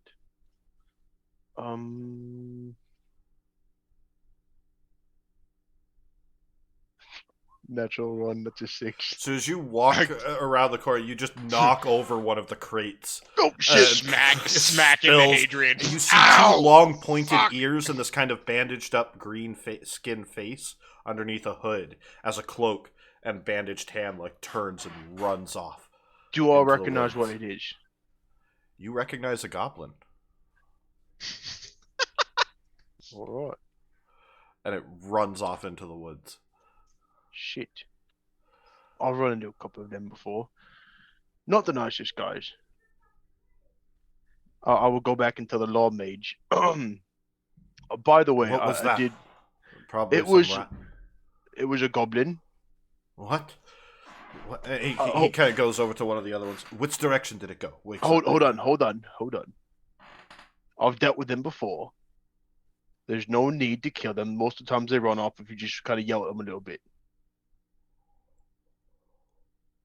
All right. I don't want to waste the supplies anyways. Right. Which Not direction worth did it the go? arrow. That way, and I'll point towards where I shall run off to. You see Right him just start direction. shooting little bolts of fire Oh, randomly into the we're in distance. a forest. Fire is not a good option right now. Do you think before you act sometimes? You're right. Habit. Wood burns. Habit. And you guys settle in for your sleep. You guys all get a long rest. I wake up the next morning feeling very refreshed. uh, Oh, nothing As you so guys- good as pissing a noble off. are riding through. You eventually hit the tree line and start to make your way deep into the woods. Garth, will you make an animal handling check for me? Of course. 11. 11. All right. Fuck. Barely a success. Oh, thank goodness. So those horses, man, they are not happy being stuck. Like they put the really strong, like The workhorses are in the middle. they put the workhorses up on this, and they are ready to go to work. They want to go to work, even with all of it, the treasure and supplies loading them down. This is nothing to them, and they're getting really frustrated. Like it's getting really hard to handle them. And you're trying to keep that back there. You're kind of watching Garth talk to the horses, be like, I know, buddy. It's all, it's good. I'll just shout out. I'll shout Oh, out to the- instantly, Magnar will have re-blessed Hadrian's sword before we set off in the morning. But nice. Garth, make a perception check at disadvantage because you are so focused on the horses. Are we in You are in woods. we are in woods. I do believe I have one sec here. Yes. Is it considered forest? It is. Okay, I do get advantage. So it's straight roll. The friction bonus is doubled, actually. So Ooh. you're still at disadvantage. You just add double your proficiency bonus. Right. So it'll be a +2. Disadvantage on what was it again? Sorry. Perception. Perception. So it'll be a 12. All right. So you do not notice as you guys are making your way through the woods. The horses slow to a stop in front of you. Say, "Hey, sir, out of the way of the road. Get out of the road, sir." And Hadrian Do and I see Westra, this, sir? you hear your driver shouting at someone to get out of the road. Yeah, I kinda look slowing outside. to a halt. Yeah, the store is also like. So you guys kind of each peek your head out of the two side windows, make perception checks.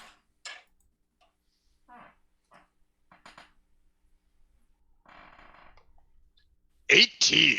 22. Both of you Yeah. instantly notice the goblins and bandits lurking behind the trees. All right. Westeros And yells out. in the center of the road, kind of as you're peeking, like you see them looking out. They haven't realized you've spotted them yet, but as you looked out, you see the familiar long jacket of the performer Godric. His hat tilted down as he stands and waits for them to get close, as though he's poised and ready. I jump out of the carriage. Yeah. Westeros yells All right. bandits. At the top As you of her yell voice. bandits, let us go to the battle map. Uh-oh. And I'm going to say, hello there. Hello there, as somebody's yelling, bandits! No, I mean, I liked the guy. He hated the nobles. We agree on some things. It's a 22 Frosty. I know that my token wasn't clicked because we didn't have tokens clicked, but As you're shouting bandits, and I need you to make a athletics check as you jump out of the moving cart because it hasn't quite stopped yet.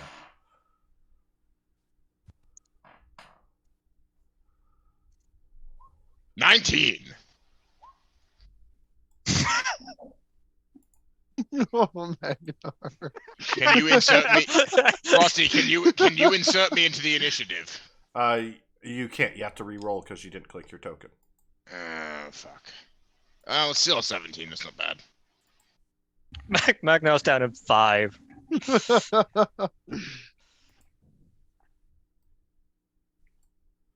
Roll 20 is being really laggy for some reason.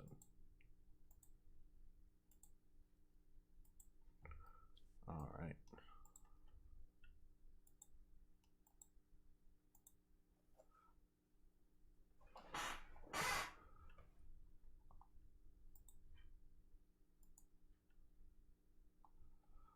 So as you guys go to jump out and start the initiative, bandits! Everyone starts kind of reacting.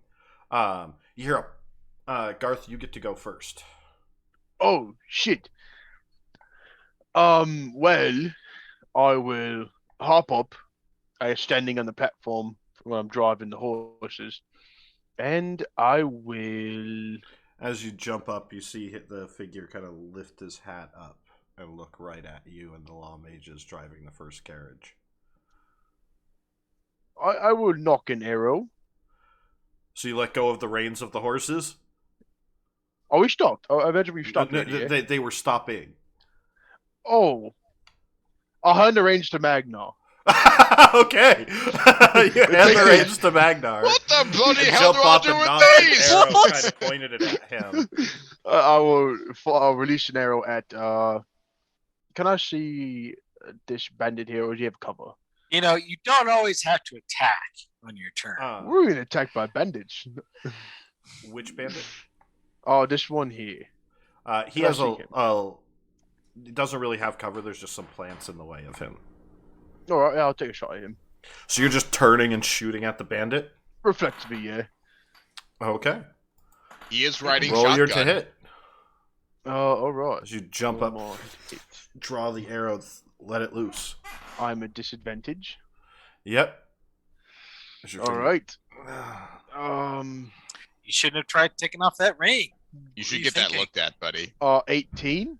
Good shot. Nice. That will hit as the arrow Oh, shoots shit. through. He goes, ah, shit! And blood splatters everywhere. He kind of falls to the ground for a moment. That will bloody the bandit. Oh fuck. All right. And as my perhaps I can do bonus action. I do not. That will be my turn. All right.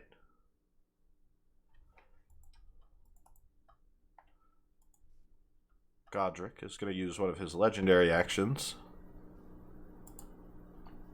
Always love that.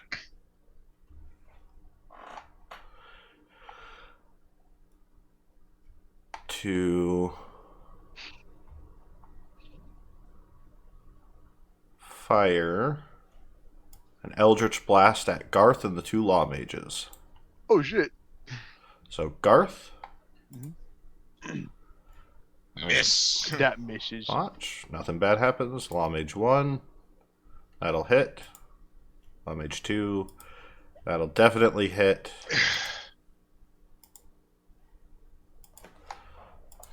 past them, and he says, I warn you, stay down.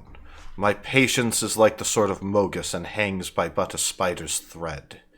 I seek not to take life, only that which I am here for. Do not let a man raise his sword or reach for a weapon, lest I unleash the drums of war. Stand down. What does that mean? I have an idea. The law mages up at the front are going to get up and try and attack him.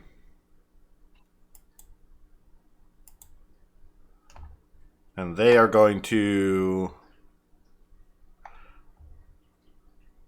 cast Magic Missile as they both fire a barrage of 4 magic missiles at him together. Just and he just raises a hand and a shield comes up and blocks all of them. And with his next legendary action, he looks at them and reaches out his hand and says, die. And they just turn to ash. Okay. Great. Love that for him. That's their turns. Komos' turn. He's gonna go, right, what's going on? Oh shit, bandits! Kind of draws a sword. What are we doing? And kind of sort of starts to make his way 1, 5, 10, 15, 20, 25, 30. He's gonna make his way towards the carriage with everything in it to protect it. Veteran is gonna follow him out and kind of run to that dash to that caravan. Hadrian, your turn. So my roll 20 is fucking up, but I'm gonna get out and move to Godric and be like, let not blood be spilled this day. So I'm gonna jump out and move up to him, like hands up, and like, let not blood be spilled this day. Sort of looking to the corpses or the ashen bits of the law mages. But yet, may we sit and present to thee what thou heart desires. For we are but bait in a trap set by a madman to bring thee to unjust justice. And I have not quarrel nor qualm. Make a persuasion check. I can't because I don't have roll 20, All so right. if you can click it, please. Yes. And I would use a hero point depending on the roll. So So you rolled a 14 now I have it. I will use a hero point. for a 16. Do I not get advantage because I'm speaking his language? No. Sure, I'll give you advantage. Yay! Let me just roll again, just in case. So that's gonna be a 17 instead then. With the so that's that and then so 21. Now that I've actually rolled myself.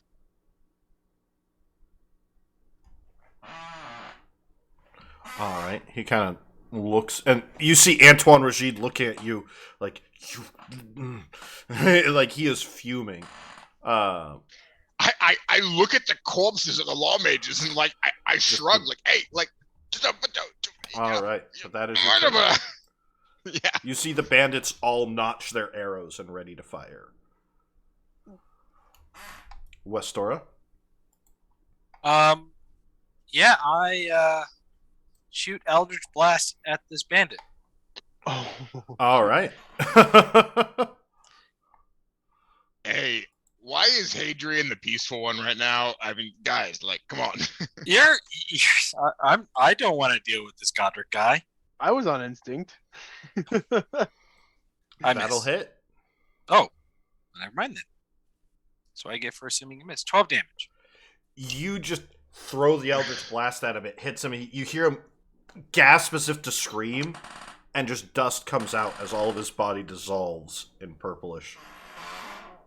Or the blue of your Eldritch Blast. It's, icy, the color of ice. Blue. Winter mint. Refreshing yet That's deadly. right. I like that. Refreshing yet deadly. He is going to jump out. Yeah, and Westora is staying inside the carriage. Yeah. I need a wisdom saving throw from Hadrian. Fuck off. DC 14. Ooh. As he says, "Attack!" And you shrug off the command. I turn to him and give him the finger and just say, "Fuck off." That's Alright. that's my response. Priest is going to look to Barry, and say, "Let's just work on healing whoever survives." Barry nods. Barry hasn't been given any orders, so Yeah. He's just kind of drinking. nods. Continues his drink. Addis. We'll see Hadrian, see the Eldritch Blast. Look to Garth and Magnar. Are we attacking? Or, I mean, should I go kick their ass? Are we? I kind of just did that on instinct. It might not be the best idea. Alright, go with instincts. Got it! Jumps up, charges. Yeah, that one. Yeah. Do none of you know the meaning of diplomacy? There's no diplomacy out here. He looks at the two like ashen corpses of the law mages and like, We can't "Ah." see them. And just No, we can't. bashes in the bandit's skull. Oh my. Magnar, your turn. So, near as I can tell, I have to start with that, which is an animal handling, because I was Oh, handed nice. the rhyme. Yep. That's funny. I need a Nice. animal handling check. Are you Yeah, proficient with it? Natural 20. I am not proficient Then in it, make but your I did check get a at natural disadvantage. at disadvantage. Oh. Ah! Oh no! All That right, was a let's see nat what the next one 20. is. Why? 23. Yo. Oh. Yo. Dice. So you dice immediately gods. grab the reins and just, whoa! The horses neigh and pay The up. dice kinda gods kicking. want Magnar to love horses and him to love him. But you managed to stop the carriage. I'll say that's your bonus action. That's my bonus action. Okay. In that case,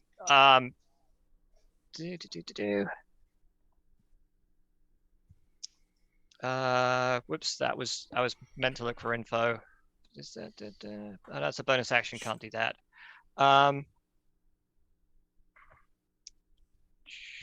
Casting time, 1 action. Oh, why does mine show different? I must have written, casting time, 1 action. Yes, I will spend an action searing smite on my own mace. Oh, okay. So you pull it out. How do you bless your mace for searing smite?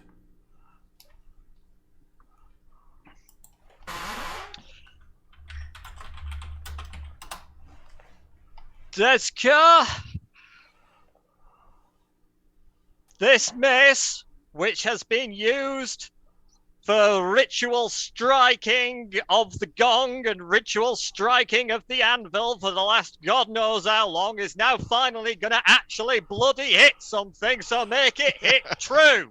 And flames ignite along the mace, getting ready to hit. You feel the heat and radiance of the forge flaring off of your.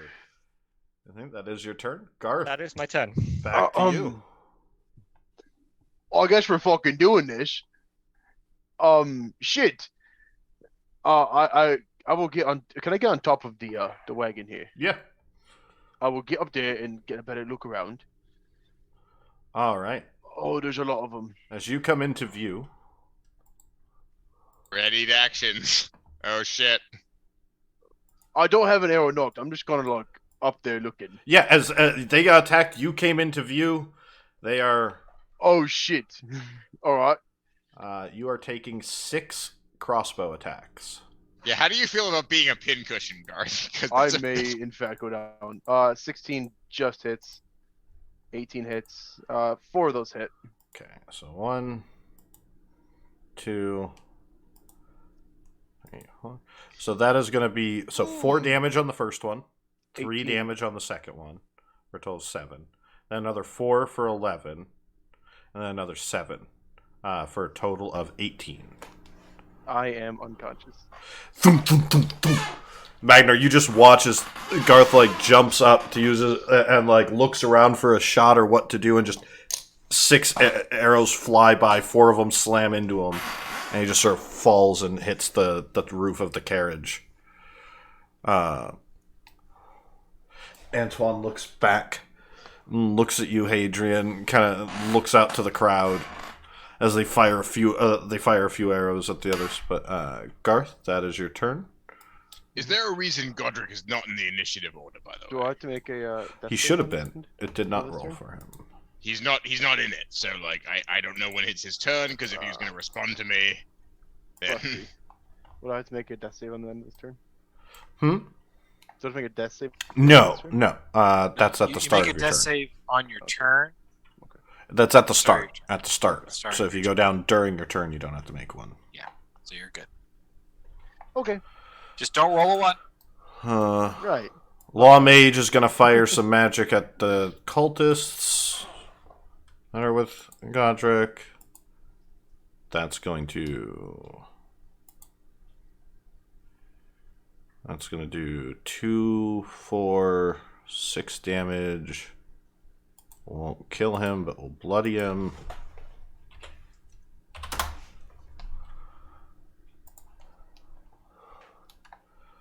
The veteran's going to go in and charge the Berserker.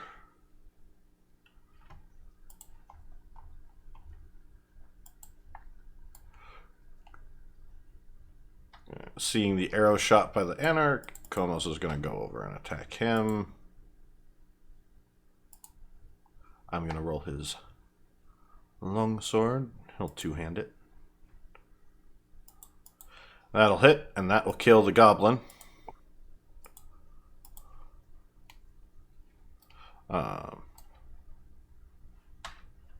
Godric still has not taken an action. He seems to just be watching all of this, except for his legendaries. At the end of Komos' turn, he's going to use one of his legendary actions.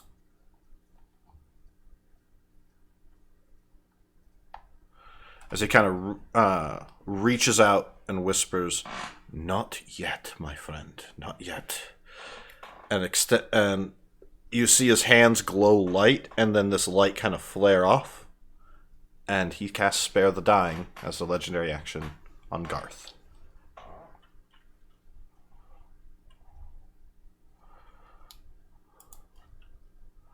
Hadrian, your turn.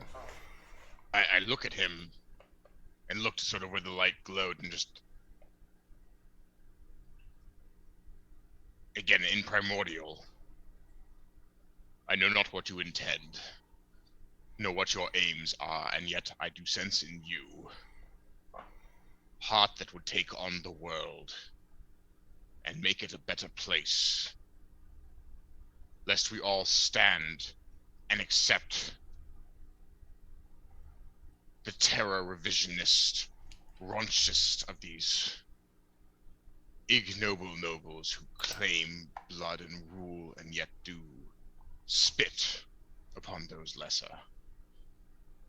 I have not hate towards you nor hate towards them. I only wish to see this end in peace. Please, please, let there not be violence here.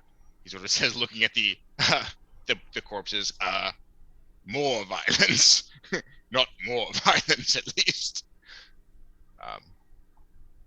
Oh, dear Yeah. brother, there are few who die well that die in battle. And while I draw this gallant head of war, and will call the fiery spirits and gods from this world, my outlook to conquest is not against these. So, these bold yeomen, so have their swords drop to this ripe earth, and stay your proud horses, or I will see you ride in blood. I will yell back and just, stay your blades! There is power here with which we cannot contend. Please, if you value your lives, put your weapons down, bow your heads, and let peace reign on this field instead of war. For the contents of those carriages. Make a persuasion check at disadvantage as you continued to speak in primordial. Oh fuck. Well, that's my fault. Still a 19. I'll use a hero point. 24. Okay. You guys hear that? The bandits kind of ready another volley on their action. But hold. Westora? S-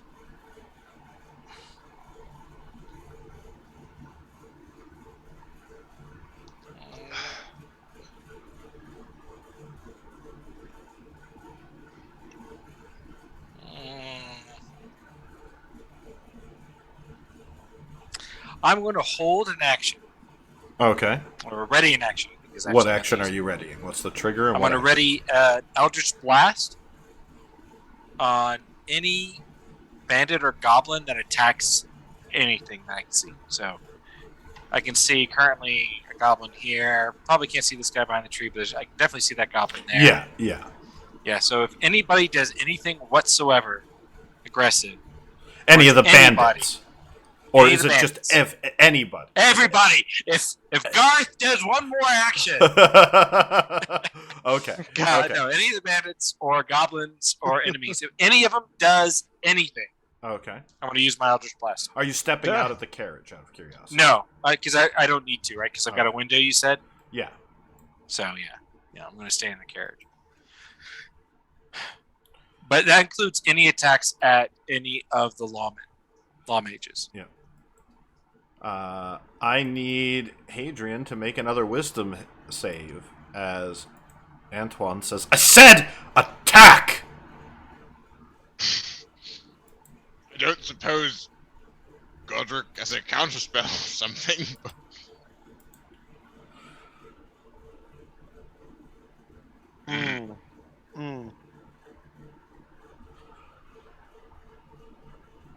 Can I attack Antoine? Because he didn't specify who I was supposed to hit. Technically, yes. Okay, I'll do that then. Priest is waiting. I turn towards Antoine and Barry say, is okay. drinking. Addis will stop and kind of step back towards the carriage to keep it guard. Magnar.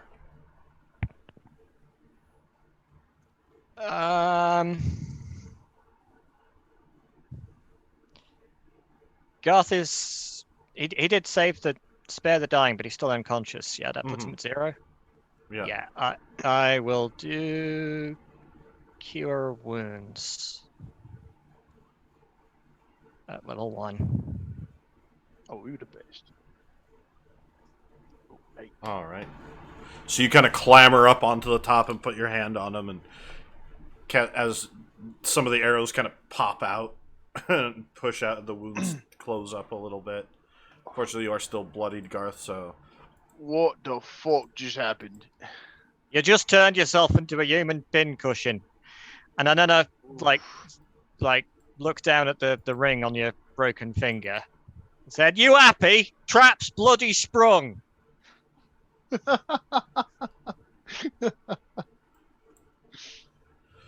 All right.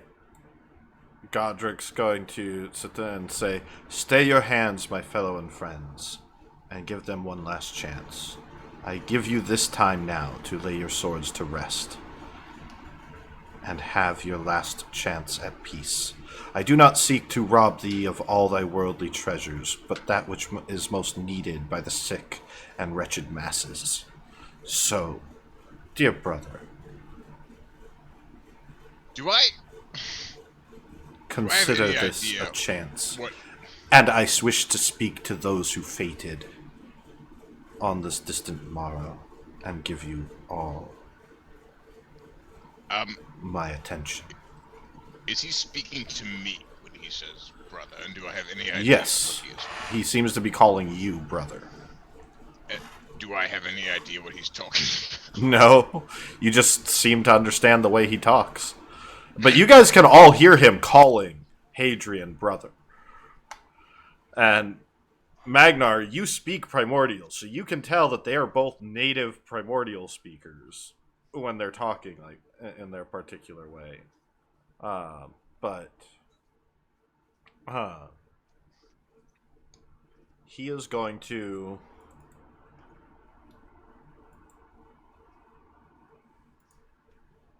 ready his attack action.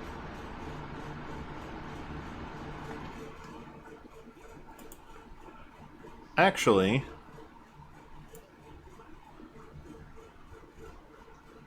yeah, he'll ready his attack action to see to the next person that he sees attack. Garth? Right, so I'm prone. I'm gonna use half my movement to get up, dust myself off a little bit, and I will also then cast Cure Wounds on myself at level 1. Okay.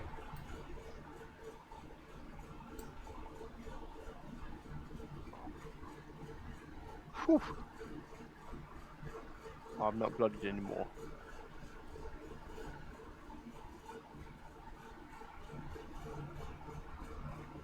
All right.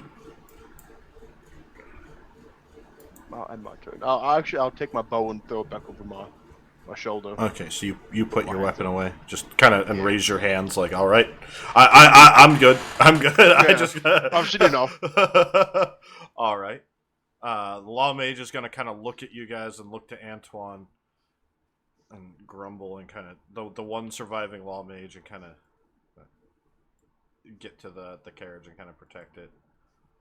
Veteran finished his fight, and the berserker that he's fighting are kind of standing there like both injured and bloody, like, you first? Which one of us? You know, kind of doing that. Komos will stop. Hadrian, you No, have I to attack. I'm gonna stab myself. Roll it to hit with advantage. That'll hit. I take the blade out and just you see him like jam it into his side, and sort of fall to his knees. I think you're bloodied with that one. Oh yeah, no, absolutely, that hurt like fucking hell. And like sort of like he rips it out and blood sort of.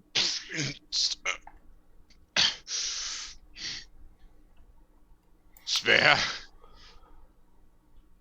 the lives of those upon this foolish crusade, and we shall sit and sup and speak as thou dost wish.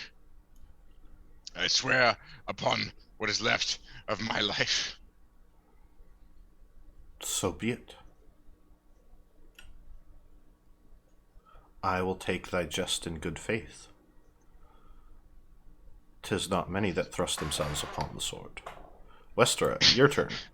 It hurts a lot, actually. Ouch. So they haven't attacked, right? They have not. So the situation really hasn't changed much. So I'm going to continue the same thing. I don't see much reason to change my actions. Oh, okay. But I am definitely not going to just put my weapons down. Not that I have to. But... Antoine begrudgingly shrugs. Fine.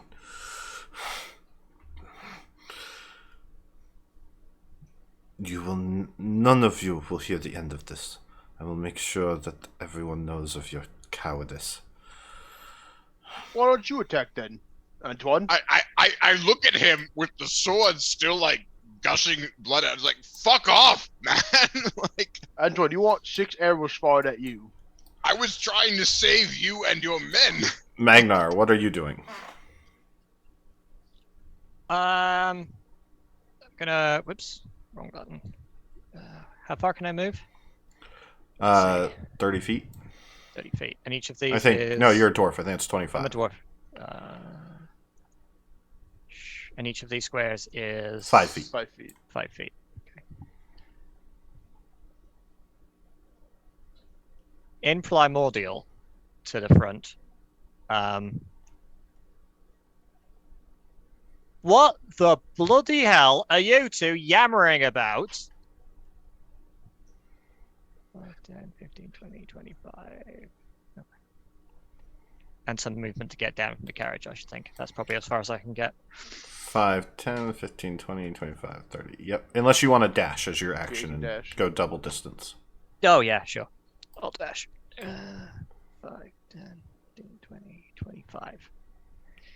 Comes walking past Westora, just, what the hell are you guys yelling about? All right. I'm sort of staring up at him on my knees, like. All right, men. Now take thy chance and thy goods. We come here for the glyphs of medicine to heal our brethren and your families. Lastly, those of you fated and glimpsed with dreams, friends of Hadriel, come step out and present yourself for further means.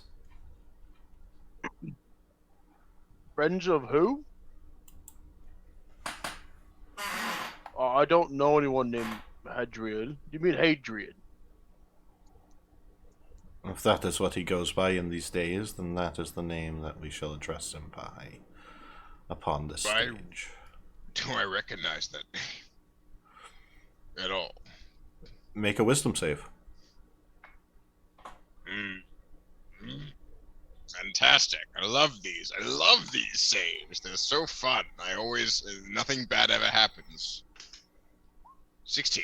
There's something familiar about it. It sounds familiar. You hear voices calling that name. You hear screams calling that name. You hear people shouting that name. And then you hear a dragon roar.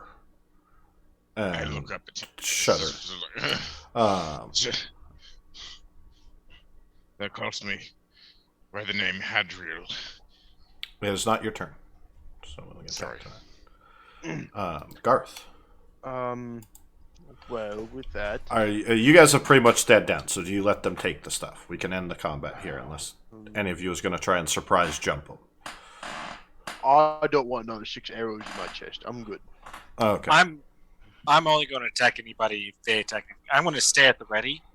Okay, Sure so that you're kind of redneck- like half of you guys and you, like, you're at a standoff. Like, the bandits all have their arrows ready to fire at you. Right. You've got your Eldritch Blast ready to fire at them.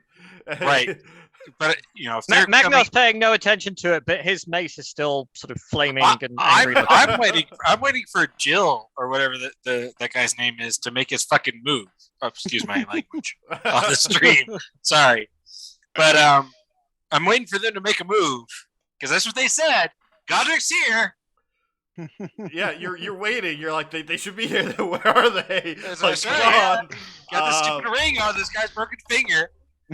I did shout at I it. address him. Let me know when I can It's address. his job to deal with Godric, not us. So they start unloading and kind of digging through. You notice they're only taking a little bit of the gold, but they are taking all of the medicinal supplies. I will look to him and just be like, "Thou callest me by name Hadriel, and I do feel that name rings familiar in mine ears, and yet 'tis known and unknown to me.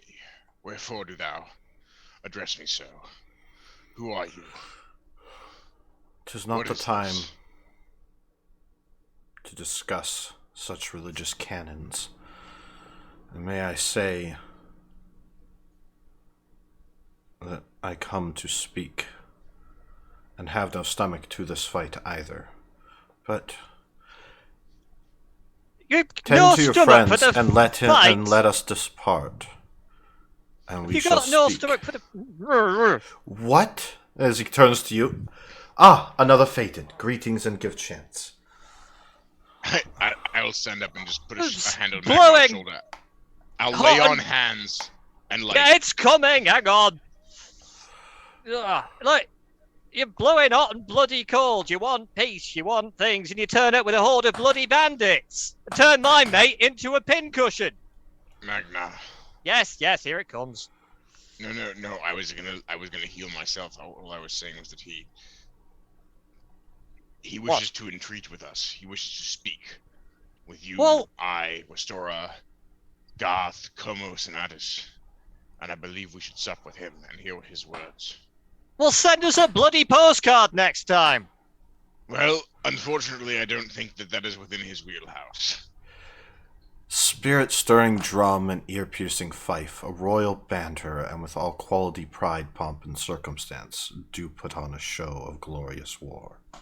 Our battle is more full of names than yours, and with reason, our hearts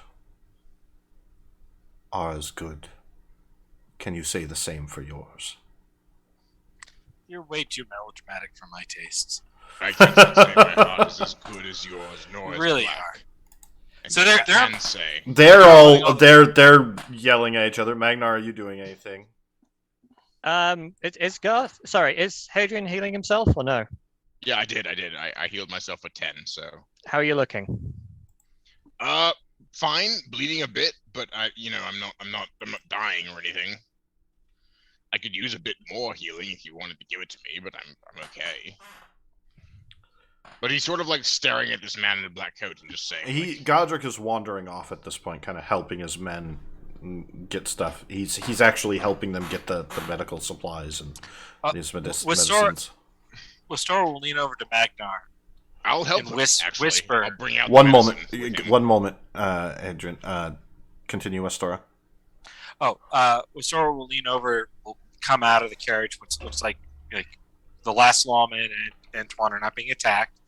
Lean over to Magnar and whisper, part of her job was to buy time. Let's get him to talk. I am bloody talking. Well, hang on a sec, and also Magnar's just put a hand to Hadrian. You got Thank you. 12 healing. Yeah, I'm fine now. That's all the healing I can have. And then Well- some. It sounds like he wants to talk the night away, so I don't think that's going to be too much of a bother. One of the I'm gonna bandits help kind of him comes unload over the to you medicine, guys and it says, Mr. Godric wants all of you gathered up in one place. What is he? What kind of bandit? What race? Hmm? What kind of bandit? What race? He looks human, and you can actually see a few black splotches on his chest, and he's got bandages around one arm. He looks a little beaten up and worn, and he actually looks like he was possibly tortured or beaten at some point a while ago, and as all the wounds are still healing. He's got some loose trousers on and little bits of armor. Can I look around, see if I can't find that goblin I saw last night? Quick peek around. Yeah, make a perception check. Alright. This will be +2 as well, because I'm in the forest yet. 11, 13. Unfortunately, you don't see him.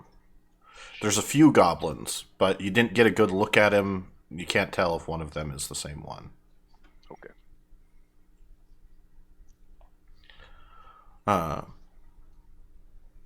Yeah, I'm helping them unload the medicine. Okay. What are the rest of you doing?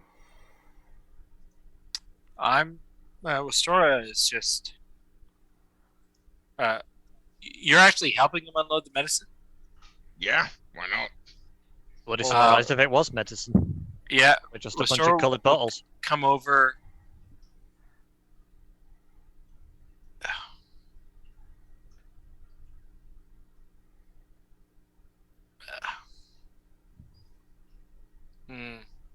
Godric, can I wait for a moment when Godric is not near Hadrian? Yeah. There'd be points because the bands are kind of putting it up, and they seem to be drawing these circles around the piles of medicine that they're making. Don't help. Why not? Just look. This is Wistora speaking. By all means, do whatever your character wants to do. But Wistora is going off the assumption we're here for a job, so she'll say, "Don't help. Let him No, take his time." I look around and I look at all the bandits with their sort of black markings and say, if this medicine is for this plague, why should it go to those who have already had everything? Well, why should it go for those who are willing to kill for it? I mean, it's not our job or anyone else's to make moral decisions. I cock an eye and say, it seems to me the nobles who ignore the commoners and let them die, or perish beneath their boot, are just as willing to kill. We don't know part of the story. You don't know if he's telling the truth. You don't know anything. I look to him and just look back at her. It is true. I mean, you could And be yes. killing well-deserved people. And, Antoine said that the people that this is being delivered to are working on a cure. Maybe he's lying. Maybe he's not. This isn't a cure. This is a treatment. This is going to people who can actually cure it. You're hurting more people than helping. I will smile at her and put a hand on her shoulder and sort of grin a bit sadly and say, Look, I'm not saying you oppose him. I'm just saying no, don't go out of your way to necessarily help him. Well, unloading supplies is hardly help. No, Perhaps but we'll garner let them goodwill, but deal with it. Let them deal with it. Lestora, Don't insert yourself. you are interesting. And he just turns and keeps helping. All right. Did you say they were drawing circles around them? Yep. With weird markings and shapes. Make an Arcana check. Yep, it's coming. Do any of the bandits look hurt? A couple of them. I will. Some of them are dead. Yeah. Yes. So, Very Sora dead. herself killed one of them. Like that Are are, any that of are them looking at it with Sora and anger for having? oh yeah. murdered Oh just yeah. one of them? Oh yeah. The bandits are not happy that they're being asked to let you guys live, but they're following. What'd you roll for your Arcana check? That's 12 for the Arcana. You definitely recognize some sort of teleportation circle. You don't recognize the runes on it. You don't necessarily know how teleportation circles work very well or anything like that.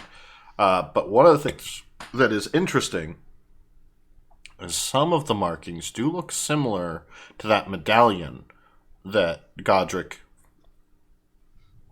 kind of clutched on his chest before all of the bandits and him disappeared from the city. Hmm.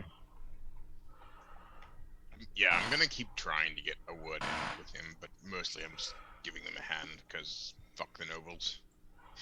He seems kind of busy and preparing as he's kind of walking up, and bandits kind of come up and they're like, "We need you to come over here, all of you," and kind of points to Magnar, Hadrian, Westora, Barry, Addis, Garth, Komos. Yeah, I'll follow wherever they're pointing, so... Where are they pointing us to? They're guiding to a circle they've drawn for you. Magna was No. starting to scribble down some notes. Was Sora On the takes one look at its. No. I'll walk into it, fuck it. This was the price for peace. He wants to speak No, to all of you. I'm not going. I don't know what the circle is, but you can speak to me just fine here. Go Well, get the it boss. doesn't feel exactly good getting Godric's shot right. with arrows. You're right here. I can't. I was He waiting to kind of speak walks to over to go get to go over to Godric, because Godric's like walking around, kind of helping, trying to focus, make sure everything's set up. He's like, "I'll let him know." And you know a hint of the Amarisian accent in this gentleman's voice as he kind of walks over and kind of talks to Godric. Godric looks at you.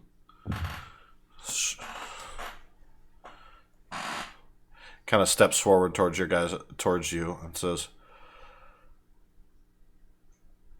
"And you, what is the problem with the arrangement that I have made for peace on these men? I ask that you come and dine with me so that I might discuss with you the truly noble purpose. It was in exchange for this that we granted peace. after my patience had been snapped. I don't recall being any kind of like circle being drawn on the ground and being asked to step into it. That is my means of transporting you to a safe location. I'm not going anywhere. Westora, I'm sorry, just to remind you back to our earlier conversations, he did call us, I think, dream touched or something, so... Indeed, you are slaves and puppets to the strings of fate as they place you around on this board like pawns. I wish to sever those strands. Hadrian will look at Westora and say, Westora, I... do you trust me? Because you shouldn't. But Okay, well If you do. that's hardly a ringing endorsement by yourself. no, but that's the thing. I'm trying to be honest with you. We are all connected here. Look, you've made a deal. That's fine. That's totally okay. But there's a circle. It's magical in some way. I don't know what it does. Oh, I'm being asked to step pretty into it. sure it's going to teleport us somewhere. Well, that's even more disconcerting. Where are they teleporting me? Why are they teleporting me? Why can't he talk to me here? I mean, I'm Are being you- asked to go to some they- unknown location with somebody who I barely trust. And this is Wasora is saying this in front of Godric because she's kind of telling through this is explaining to him why she doesn't want to go No, some I- unknown location. Somebody who I- I barely I trust. cannot disclose the location for same reasons of trust. Would you tell people where your most precious secrets are held? There are many Well, weak and infirm Why do you have that to we take must me to where your most precious secrets are? Why can't you I- just I- talk to me safe here? location. I put a Let's- hand I- on Westoro's very shoulder well. and say, I shall send them home and we shall speak. That works for me. Who's them? Shen Huho? He kind of grudgingly, like... You can tell that he is frustrated. Make an insight check, actually. All right. Can I make one? Or Yeah.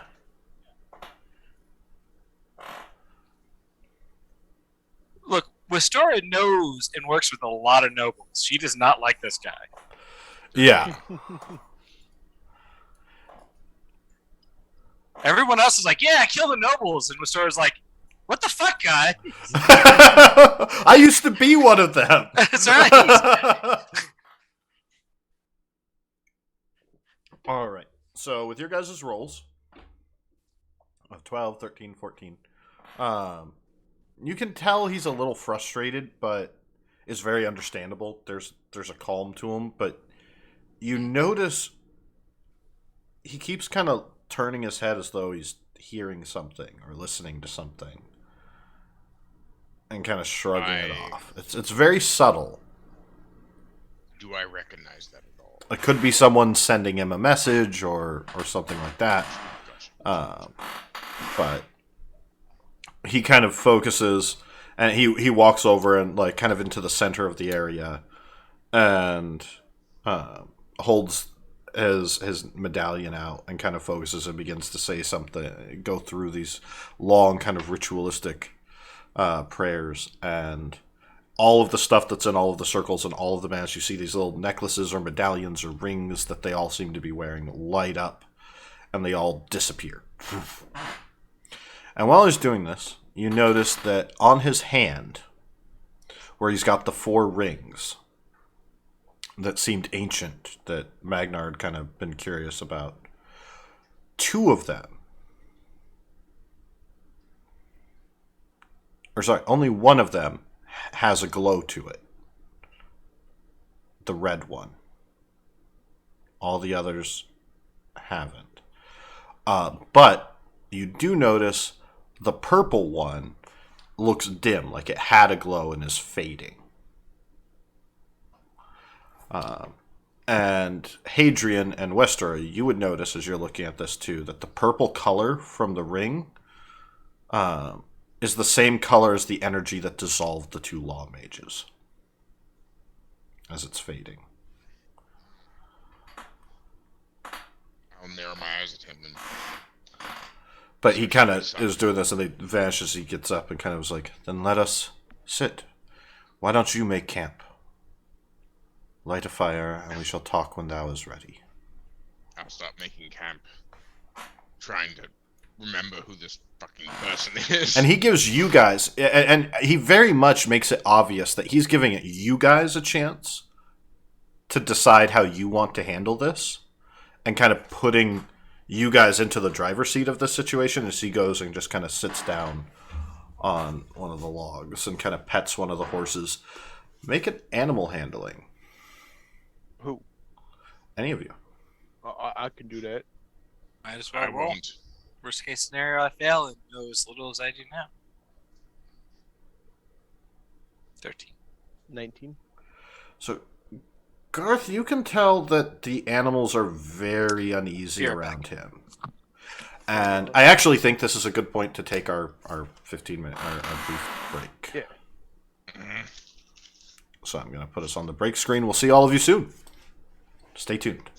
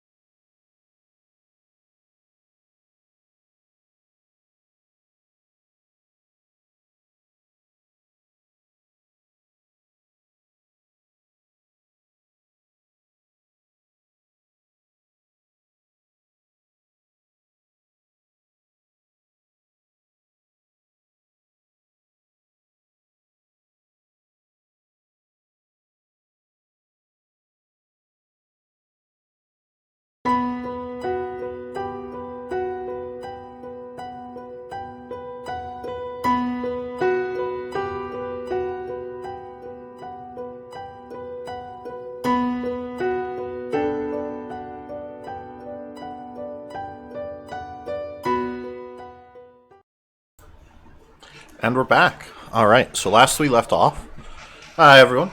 Thank you for excusing our little bit of a break there. But last we left off, Garth, you had picked up that the animal seemed very uncomfortable around him. He was keeping them at ease, but the horses were very, very fidgety and very uncomfortable.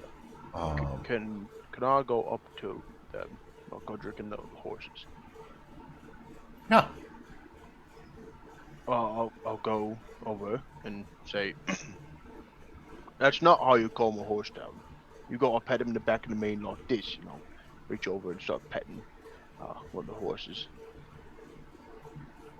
So, it's alright, it's alright. But it's not the way that I'm petting them. They are beautiful and tame creatures, not wild this land. But it is that they sense the thousands of deaths that I have lived and suffered. Okay. At that, I'm gonna go up to him. But he's giving you guys leave to kind of decide to give this time as he's kind of walking off and going to sit. Waiting for you guys to be ready for him. Kind of as you guys are setting up camp, you guys have a brief moment if there's anything you want to say to each other. Restorer just sort of sits down next to whatever campfire we've prepared, just waits. Magna, Yes. you're good at making things, yeah? I saw you like repair that wheel. You're pretty good at it. It takes a while, and it's more of a ritual than anything else. But yes. Could you make something to fix this finger? Like, what's it called? Oh, you want a splint? Yeah, that's the word. That one. It's not going to fix it, but it'll stop you hurting it quite so much if you keep banging it on stuff. Yeah, it's kind of just like flopping around a little bit. Yeah, it'll come back straight. Yes, I can do that for you. You don't really need a contraption for that. More a couple of bits of wood and some twine. I've got those. Oh, awesome. Medicine check. Try and set it.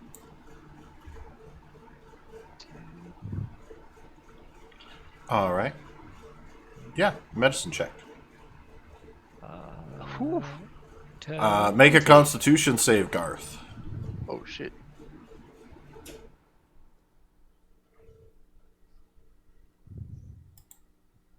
So you yelp and scream like an owl. Crack! And just a whole figure. Oh, and kind of.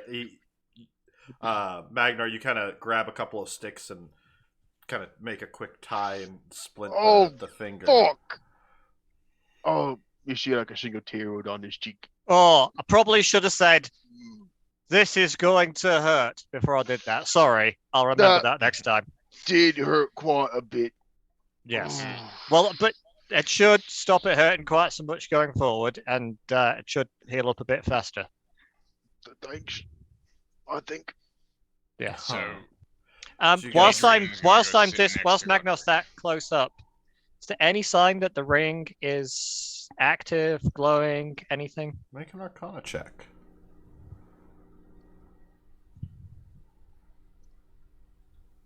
Uh, 16, but I'm going to actually spend one of my hero points on it. How do I do that? Click the hero point. Where it says hero points, yeah. Okay, there we go. 18. As far as you can tell, there are no signs from the ring. You haven't ever seen any signs of the ring being active, so you don't know if it makes any. What you recall is generally when you heard about scrying and doing studies, is there was an invisible sensor that would be projected to the location or desired object. Chances are there is some kind of, if it's an enchantment on the ring, it isn't something that's constantly active, but that he would be able to act as kind of an anchor and project his sensor towards, or that would be the sensor itself. And without some kind of detect magic or true sight, you're not sure if you would actually be able to see anything. Make a survival check at advantage. or an insight check at advantage. Let's go with insight at advantage. 22. All right. So you do realize, though, that you guys are on a different schedule now because you went through the night yesterday or the day before. You continued to travel through the night, then set up camp. So if he was watching you when you were supposed to be traveling, he would not be watching you currently. I did wonder And when you were traveling was most likely when you were going to be attacked and when you were attacked. So if he is smart enough to figure out Godric's objective, then it might be a few hours before he's watching the ring. Yep.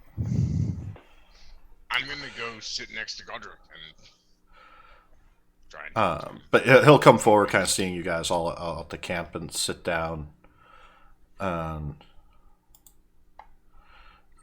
Says,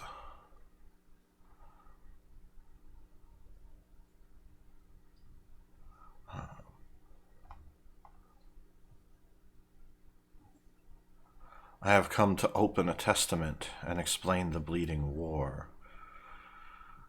The intent of bearing it is just. Let us take our cups and kettle and give voice to hearts and trumpets speak,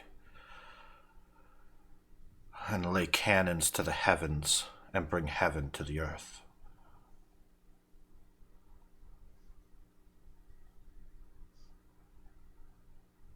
You what? Could you? Do I have any idea, like any recognition? Because I'm still struggling with the whole brother thing.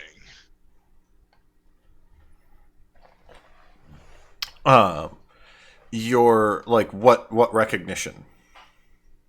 No, I mean his words to me before. I'm struggling with those, right? He called me by a name that I don't know. Yeah. He called me brother, and I'm trying to like narrowing my eyes and trying to remember what the fuck he's talking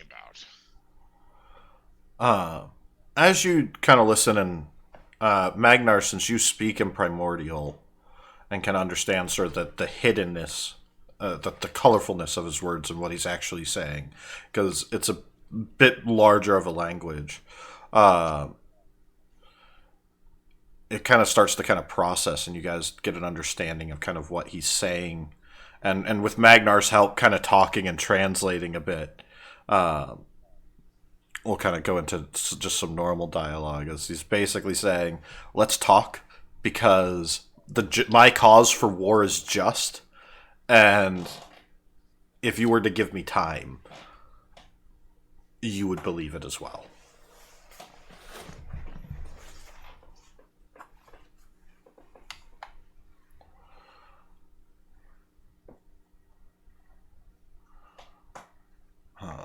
He says, and kind of Magnar, you're helping translate for them a little bit, and Hadrian, your natural understanding of Primordial is setting in, so you're understanding him a bit better. And he says, long ago, the gods laid waste to this land, or at least the ones that they would call gods. And Amaris is a reflection of that, claiming false lineage of their king and using it to exploit and cause harm. They condemn and hurt and trash this world, as do all the men underneath the gods' yokes, you yourselves being played for fools and pawns by the strings of fate and the porcelain lady.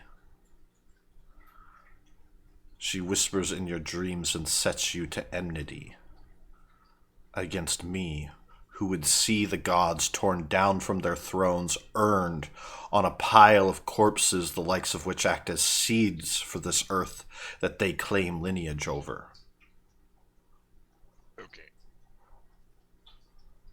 Okay, so So when we first met, you were talking about the evils of nobility, but you are basically seeing the gods themselves as a corrupt nobility. again, Frosty, am I any spark? Because Make a wisdom save. All right. As you're kind of processing this, tell me what you roll, and I'll get back, and then I'm going to jump over to Westora while you, and then back to you. 19. There's something there, but you can't bring yourself to face it. There's familiarity, but you can't bring yourself to think of it. And Westora, he turns to you and says, "The nobles of Amaris claim their lineage from the king of slaughters that laid waste to mine and my brother's home in ancient times and cracked the tower of Ishgard. They claim his descent, and I showed them the folly of what Ao and Tiamat's children were truly like, calling forth the remnant of Ptolemy, their grandest daughter." Okay. You need to start from the beginning. Who are you? Who are these people in ancient times? What's this tower? How did this happen? How are the other gods involved? Why are you opposing them? Why do they oppose you? I mean, you're not giving us any context. I put a hand on Godric's shoulder. I and your friend here, Hadriel, were brothers in arms, angels of Ishgard of the mythic age. All right. Who's Okay. Ishgard? Does that spark something? Because that's a lot right there. What the fuck? Yeah. You guys see as Hadrian just like grabs his head and starts kind of no. Hadrian, you're seeing the fires of battle and the din of war. You're seeing Mogus and his infinite blades slaughtering people, and the large crowns of Ao and his huge wings, the burning light behind him rising as golden streaks crack and burn down. People scream, Hadriel, as the light burns them away. That's a lot. I'm gonna look at him. Does guidance help with saving throws? No. It does not. No. I'm gonna look at him and just stare. And Magnar, you had something to say about Ishgard when Westar asked about Ishgard. Yeah, the Tower of Ishgard. I know of that, or at least I know of some of the wonders that came from it. I'm not entirely sure what happened to it. Sundered by Ao and Mogus, shattered and brought down during their claim to power, as they all fought. All the gods. The kingdoms of the mythic age destroyed each other and laid waste to this world, and Ao, the worst of them, built his kingdom on the corpses of mine and all the world's people. Wait a second. Is this all just because you're pissed because you lost? As you say that, make an insight check with advantage. I stare at Westeros with fucking daggers as she says that, by the way. I think, like...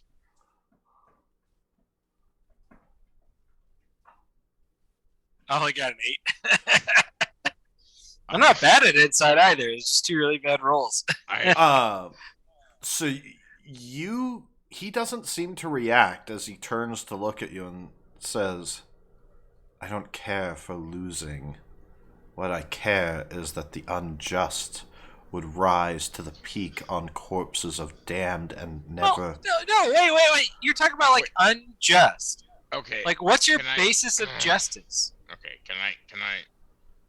Never mind.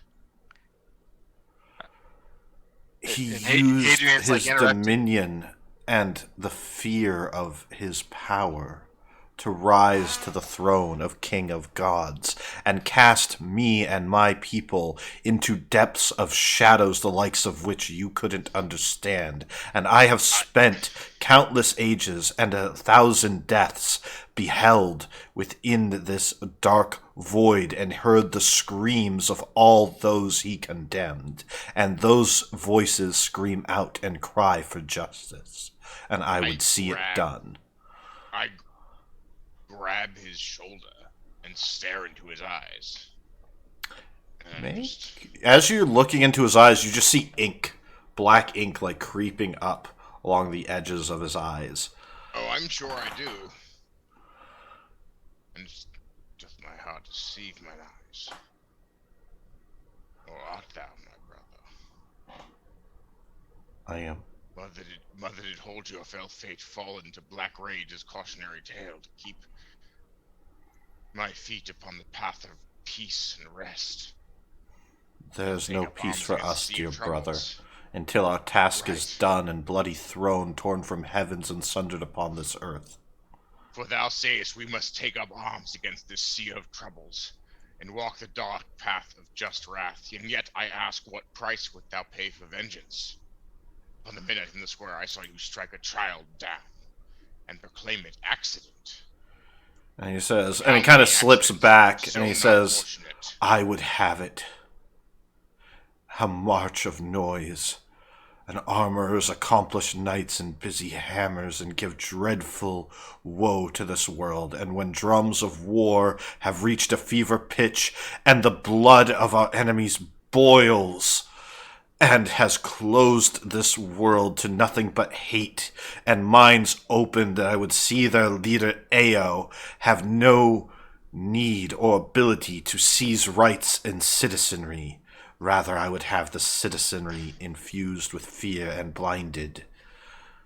And will offer up all their lives until their leader is torn so gladly so. Brother, I claim not that your thirst for vengeance and justice is wrong, nor that the ignoble nobles of Amaris deserve not the justice you brought upon their heads if they so oppress and sneer at those beneath them. In blood, who they cannot see as equal in mortality, but thou sayest, as many accidents as necessary. Thou sayest, thou shalt ashen those beneath thy boot. All who stand in my way, for How will my you cause know? is just. Would you make mortar of the mortals that would to build the tower, to climb to the heavens and tear down Ao? You would commit the sin for which you condemn him. I think you are right. Your cause is just. But thou canst not commit injustice in pursuing just. Else thou shalt only create more darkness. Hadrian, out of curiosity, are you speaking in primordial during all this? He's speaking in the common dialect of primordial, so you would understand him, I think. But I don't know if it's a common dialect of primordial. I would probably say not. so It's like he- saying so- it's saying so a dialect of a foreign language. He's saying he's trying to put right by doing what happened before. So we're going to go through the whole thing again. Well, no, I understand what he's. No, What Magnar Nick is understands saying. primordial. I'm just giving you a. Yeah. No, I understand. I understand what they're discussing. I'm just trying to understand if Westora even understands it. No, but yeah, Magnar's giving you cliff notes. Well, he kind of gives you guys a okay. chance to talk, because you see him actually kind of calming his breath a little bit. Well, the thing Adrian I is don't, doing the same, thing I by don't the way. understand They're is both, that they're both kind of like. this all seemed like some. You presented yourself as some sort of noble cause, but there's nothing noble about what you're trying to do at all. You're just pissed. You're just angry, He hath noble. You talk about vengeance in his hatred. heart. and you're No, the no. one filled with hatred. Yes, and he is filled with hatred for just cause and just I reason. think Ao to call this. did tear down our tower and destroy our home. Well, there's a lot of people who've tore down a lot of things in history and destroyed a lot of homes, and then Name you one. condemn all their ancestors and everybody Name following. Name a ruler who's torn down a tower that housed millions, billions of lives, only for his own power. Well, what's the His context of only this AO. fight to begin with? AO Like, sought that's why I don't. godhood. That's why I don't know. Like, we're making AO the sought assumption that godhood. like we're talking to the wrong party here. We're talking to the people who Aos theoretically harmed through this, but that doesn't mean that within the greater context, it wasn't. What if they were tyrants that were torn from their towers? What if they were horrific Thou beings that callest were doing my people terrible tyrants and horrific beings? For Well, two no, but, days like, how do I know opposed that they AO and sought to live free of his repression and tyranny? Magnar, Why or s- anyone that's proficient in religion, make a religion check. See if you know any of the other details. Yeah, Hadrian's pissed at this point, by the way. You can see him being like... No, I can tell he's pissed. No, I'm just saying. 10. So, about all you know is that supposedly, according to the doctrine in Desca, is that Ao saw how horrible the Gods' War was and created the pantheon of gods, choosing an allegiance of 12 entities from each of the nations. Not all 12 from each, but bits and pieces from every nation to form the pantheon of gods. And supposedly, legend has it that the 12 gods, the system that they use to make the 12, whatever it is, and you do recall faintly information about the crests getting bestowed upon people and right to lineage and stars being put into the sky during the creation of the gods at the end of the Mythic Age, was based on the 12 kings of Ishgard.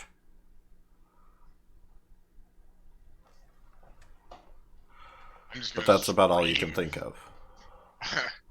We're the 12. Ao and his ilk destroyed our home, destroyed our tower, and you would defend them for what? For what? Hang on, I thought, and correct me if I'm wrong, I'm a little bit hazy, but didn't Ao form the 12 from the kings of Isgard? No, he formed 12 atop their corpses and the people that lay beneath them. We are all that is left. Adrian, are you saying like you suddenly remember all this? Like a second ago, you didn't remember any of this. Now you remember all of this? He's His just screaming. sword is bleeding. He has no. He seems to just be. As you speak to him, he has no recollection in his eyes of your voice. Okay. He is just yelling at you. Okay. I don't know what the hell's going on with Hadrian right now, but he has he's completely lost control. Yeah, he seems to have. That's Rostero speaking out loud to Garth and Oh, am I allowed to be Everyone's- worried about his sword this time? Yeah, I mean, I've never seen him like this. no. I think we're best just continuing without listening to him too much. Hadrian, make a wisdom save. Oh boy. Stand back, everyone. This is not gonna be good. 12. All right.